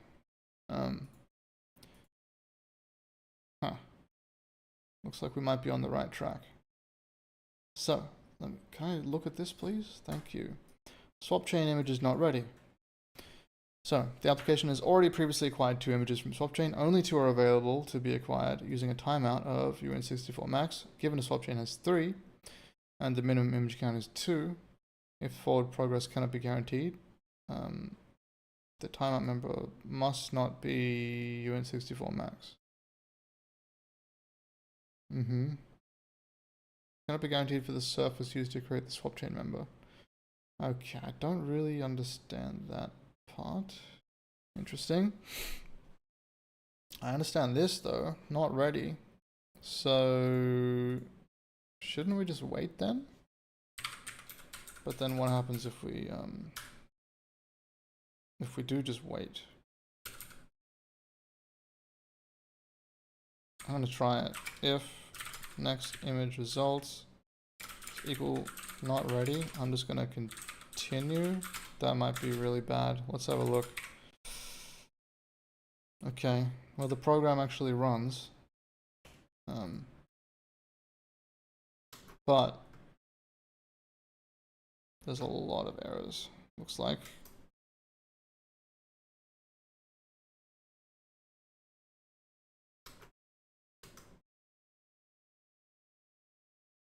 Okay, I don't think that's a good solution.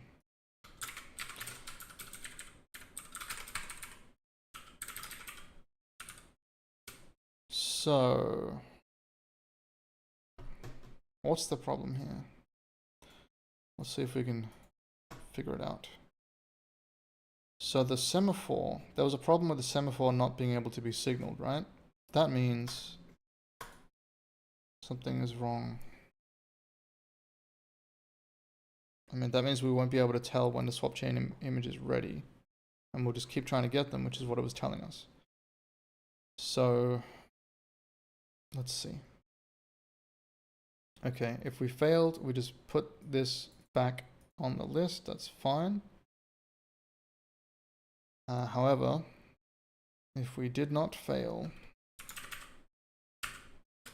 we're going to wait. I'm just going to zoom out. Sorry if you are trying to read the text. It's just annoying having to scroll left and right all the time.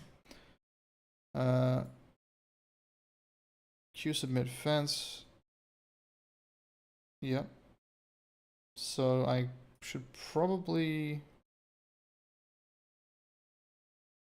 see what this image is. Oh, this is totally wrong. This is wrong. I'm stupid. Wait a second. Hang on a second. Acquire the next swapchain image and then passing in the image. Right, but I'm passing in this image index, which is just 0. Yeah, this is a problem.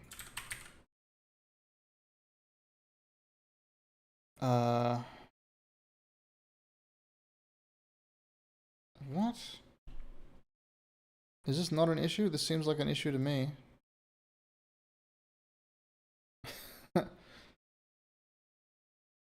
Right, so they got image and then they're dereferencing it here, right? Where was it? Here?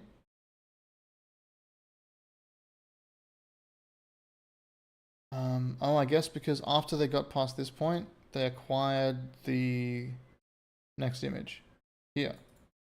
Okay, I'm being stupid. Okay, no, it's fine, it's fine. It's all fine. So as soon as we get past this, then we can use the image and dereference it. Okay, that's fine. Because we put the value in there. Why don't we have a look at what this is though?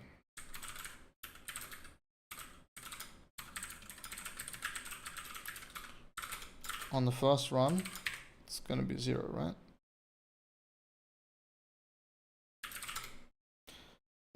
It is not 0. It is a handle, I guess.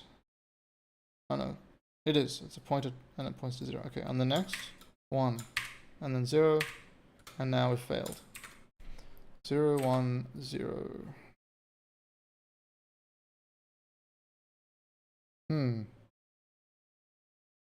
So the acquire semaphore we got from recycled semaphores.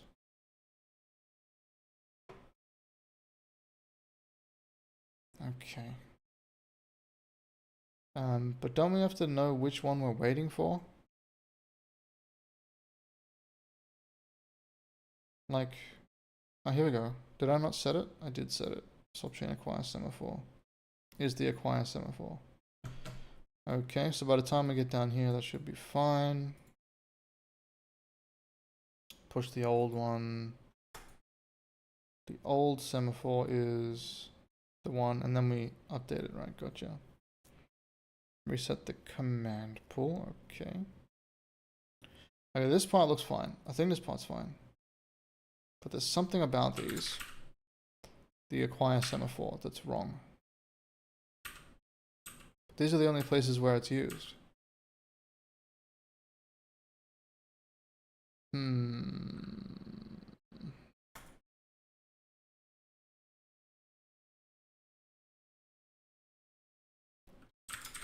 What about the release?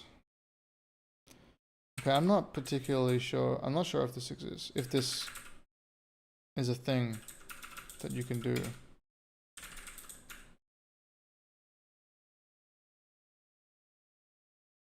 Because I don't have a null handle, right? Null. It's not a thing in the bindings here. I thought that would work, but maybe I need to find an actual value in the Vulkan handle, Win32 handle. What is this? So why don't I look at swapchain release? I'll look at a semaphore. Okay, so it's next is a raw pointer. Okay, no.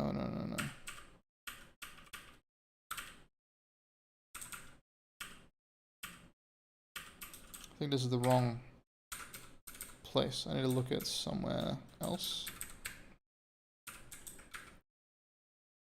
Probably the file with this stuff in it. No, that's where it was.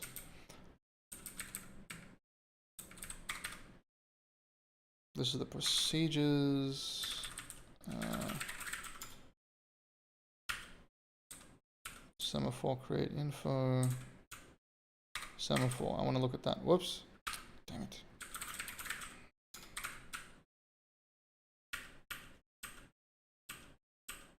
Where was it? Here. Okay, it's one of these. It's a handle. It's just a U64 number. How do I compare against this? Non-dispatch handle. It's a distinct U64. So I guess it would just be 0, right?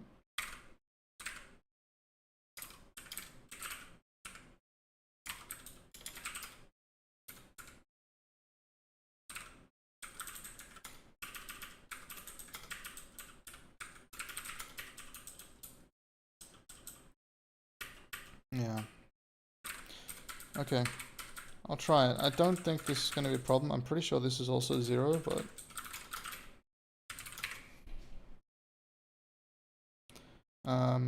yeah, we're right. I put a trap there.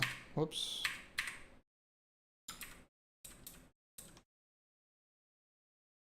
Image could not be found. Alright, yeah, because we're in a different context.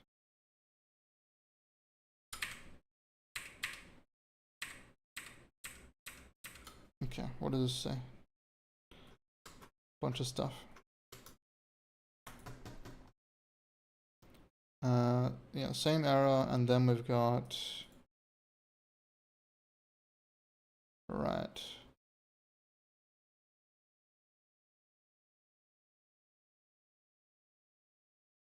Okay, let me have a look at render doc.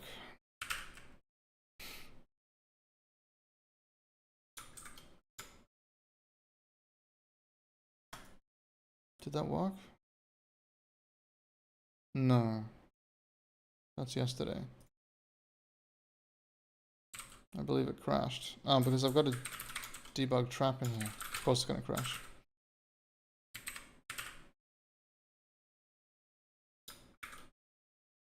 That didn't work either. Okay. Do I have another one? I do.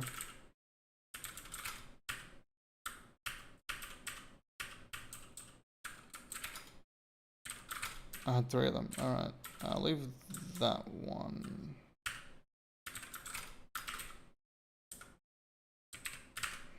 So that is something you want to crash on. Did I compile? Oh, here we go. Yeah, okay. Thank you. Could not acquire swapchain image not ready. Okay, which means this... we can't even use render doc. Alright. Okay, I understand the problem, but I don't know the solution. The problem is we're trying to get a swapchain image before it's ready. So that's what the semaphores are meant to be for, right? Let's see. Release semaphore.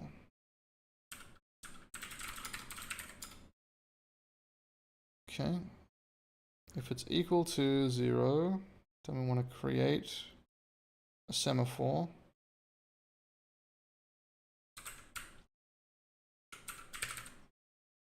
And we want to use this info, and it's the current image index, swapchain release semaphore, that's correct.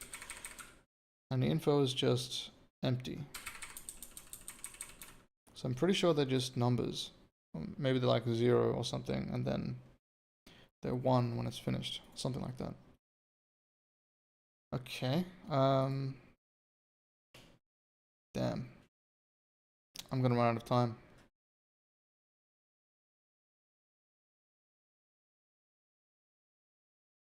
So close to the answer.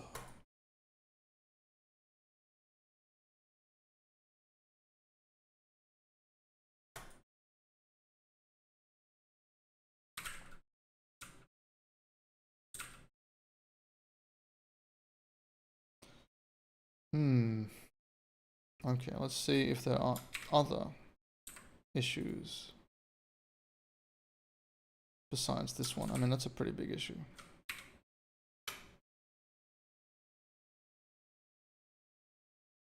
The thing is, they could all be cascading effects.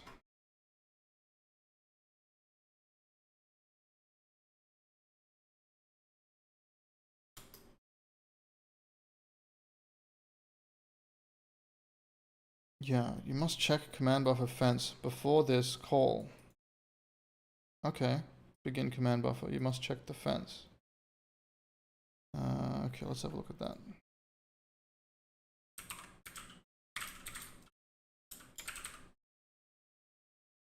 Interesting. They don't seem to do that. Actually, I didn't look at the update call. Yeah. Okay, I'm missing some stuff here.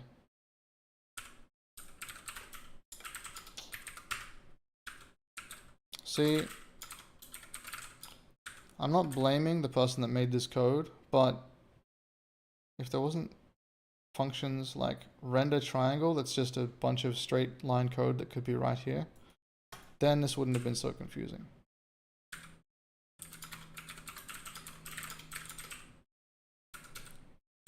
Right. So, if the resize failed, you acquire the next image. Okay, I'm gonna put that in a to-do here. Handle image fail cases like resize. That's fine. If it's not successful, then we're going to wait. Queue, wait, idle.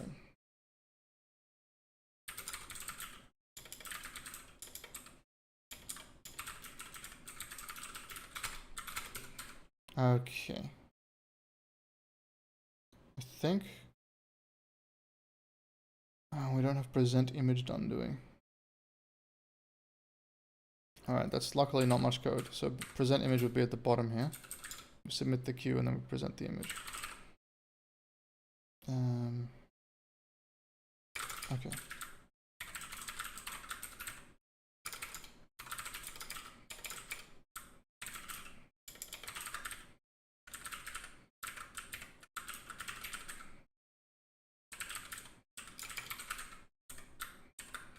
Okay, we're gonna wait for the... Let's see if I can get this right. The release semaphore.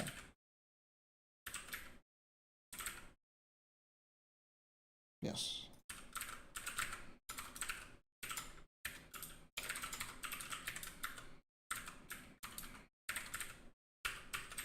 Good. Okay, swap chain count is 1. Swap chain is on the context.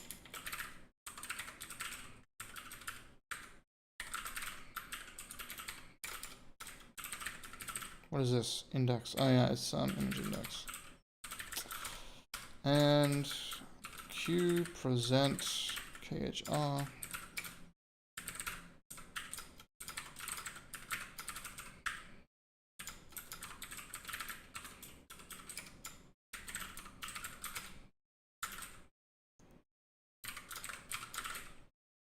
All right, can we get it working? Let's see. Ah, yes.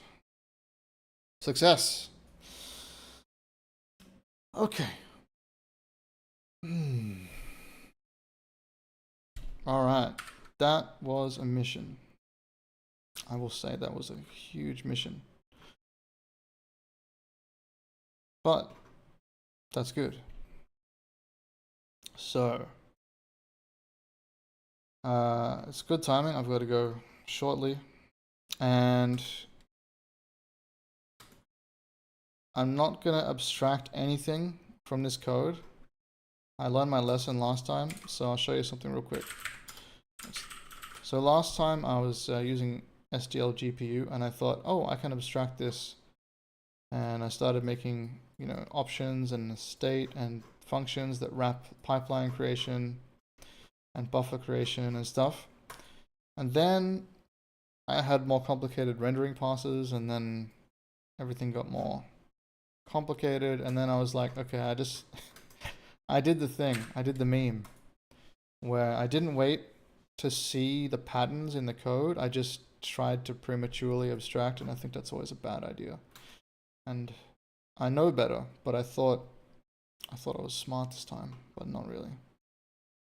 So yeah. Okay, that's good. So we got a really simple pipeline here. That's a lot of boilerplate, that is correct. I understand why people want to skip the boilerplate, because then you don't really know. Then you don't really have to write all that code, right? But I feel like I got a better idea of what's going on by doing this. There's still some things that I don't know about. This stuff is all kind of straightforward, I think. Scissoring, I don't exactly know what that means. There's a few things, but I think all in all, pretty good. I got a pretty good grasp of it now. So I think attempt 4 is going to be the one that sticks. Attempt 4 of Vulkan. So I guess the next thing will be to basically, I'm going to commit this right now. What is this? All right. I'm just going to add this stuff. I'm going to say hello Vulkan triangle. Okay, that was already a thing that I've done in the past, I guess. This is the Vulkan branch. So if we go back to the main branch and we build and we run the game. So I want to get back to this, which was 3 render passes. I might not have to do 3 render passes. I'm going to minimize this because it's very annoying. We might be able to use the dynamic rendering from Vulkan to do the same thing, but we'll see. So back to this kind of thing, loading a model, sunlight, although there's no sky, so it's kind of weird. And there's a point light here that's going back and forth, and some debug stuff. So yeah, this is what we're going to try to get back to next. All right, I'm going to go. I'm going to have a quick feed before I pick up my daughter. And tomorrow I'll be on 11 a.m. Australian time again. I'm not going to stay as long because I've got a lot of coursework to do.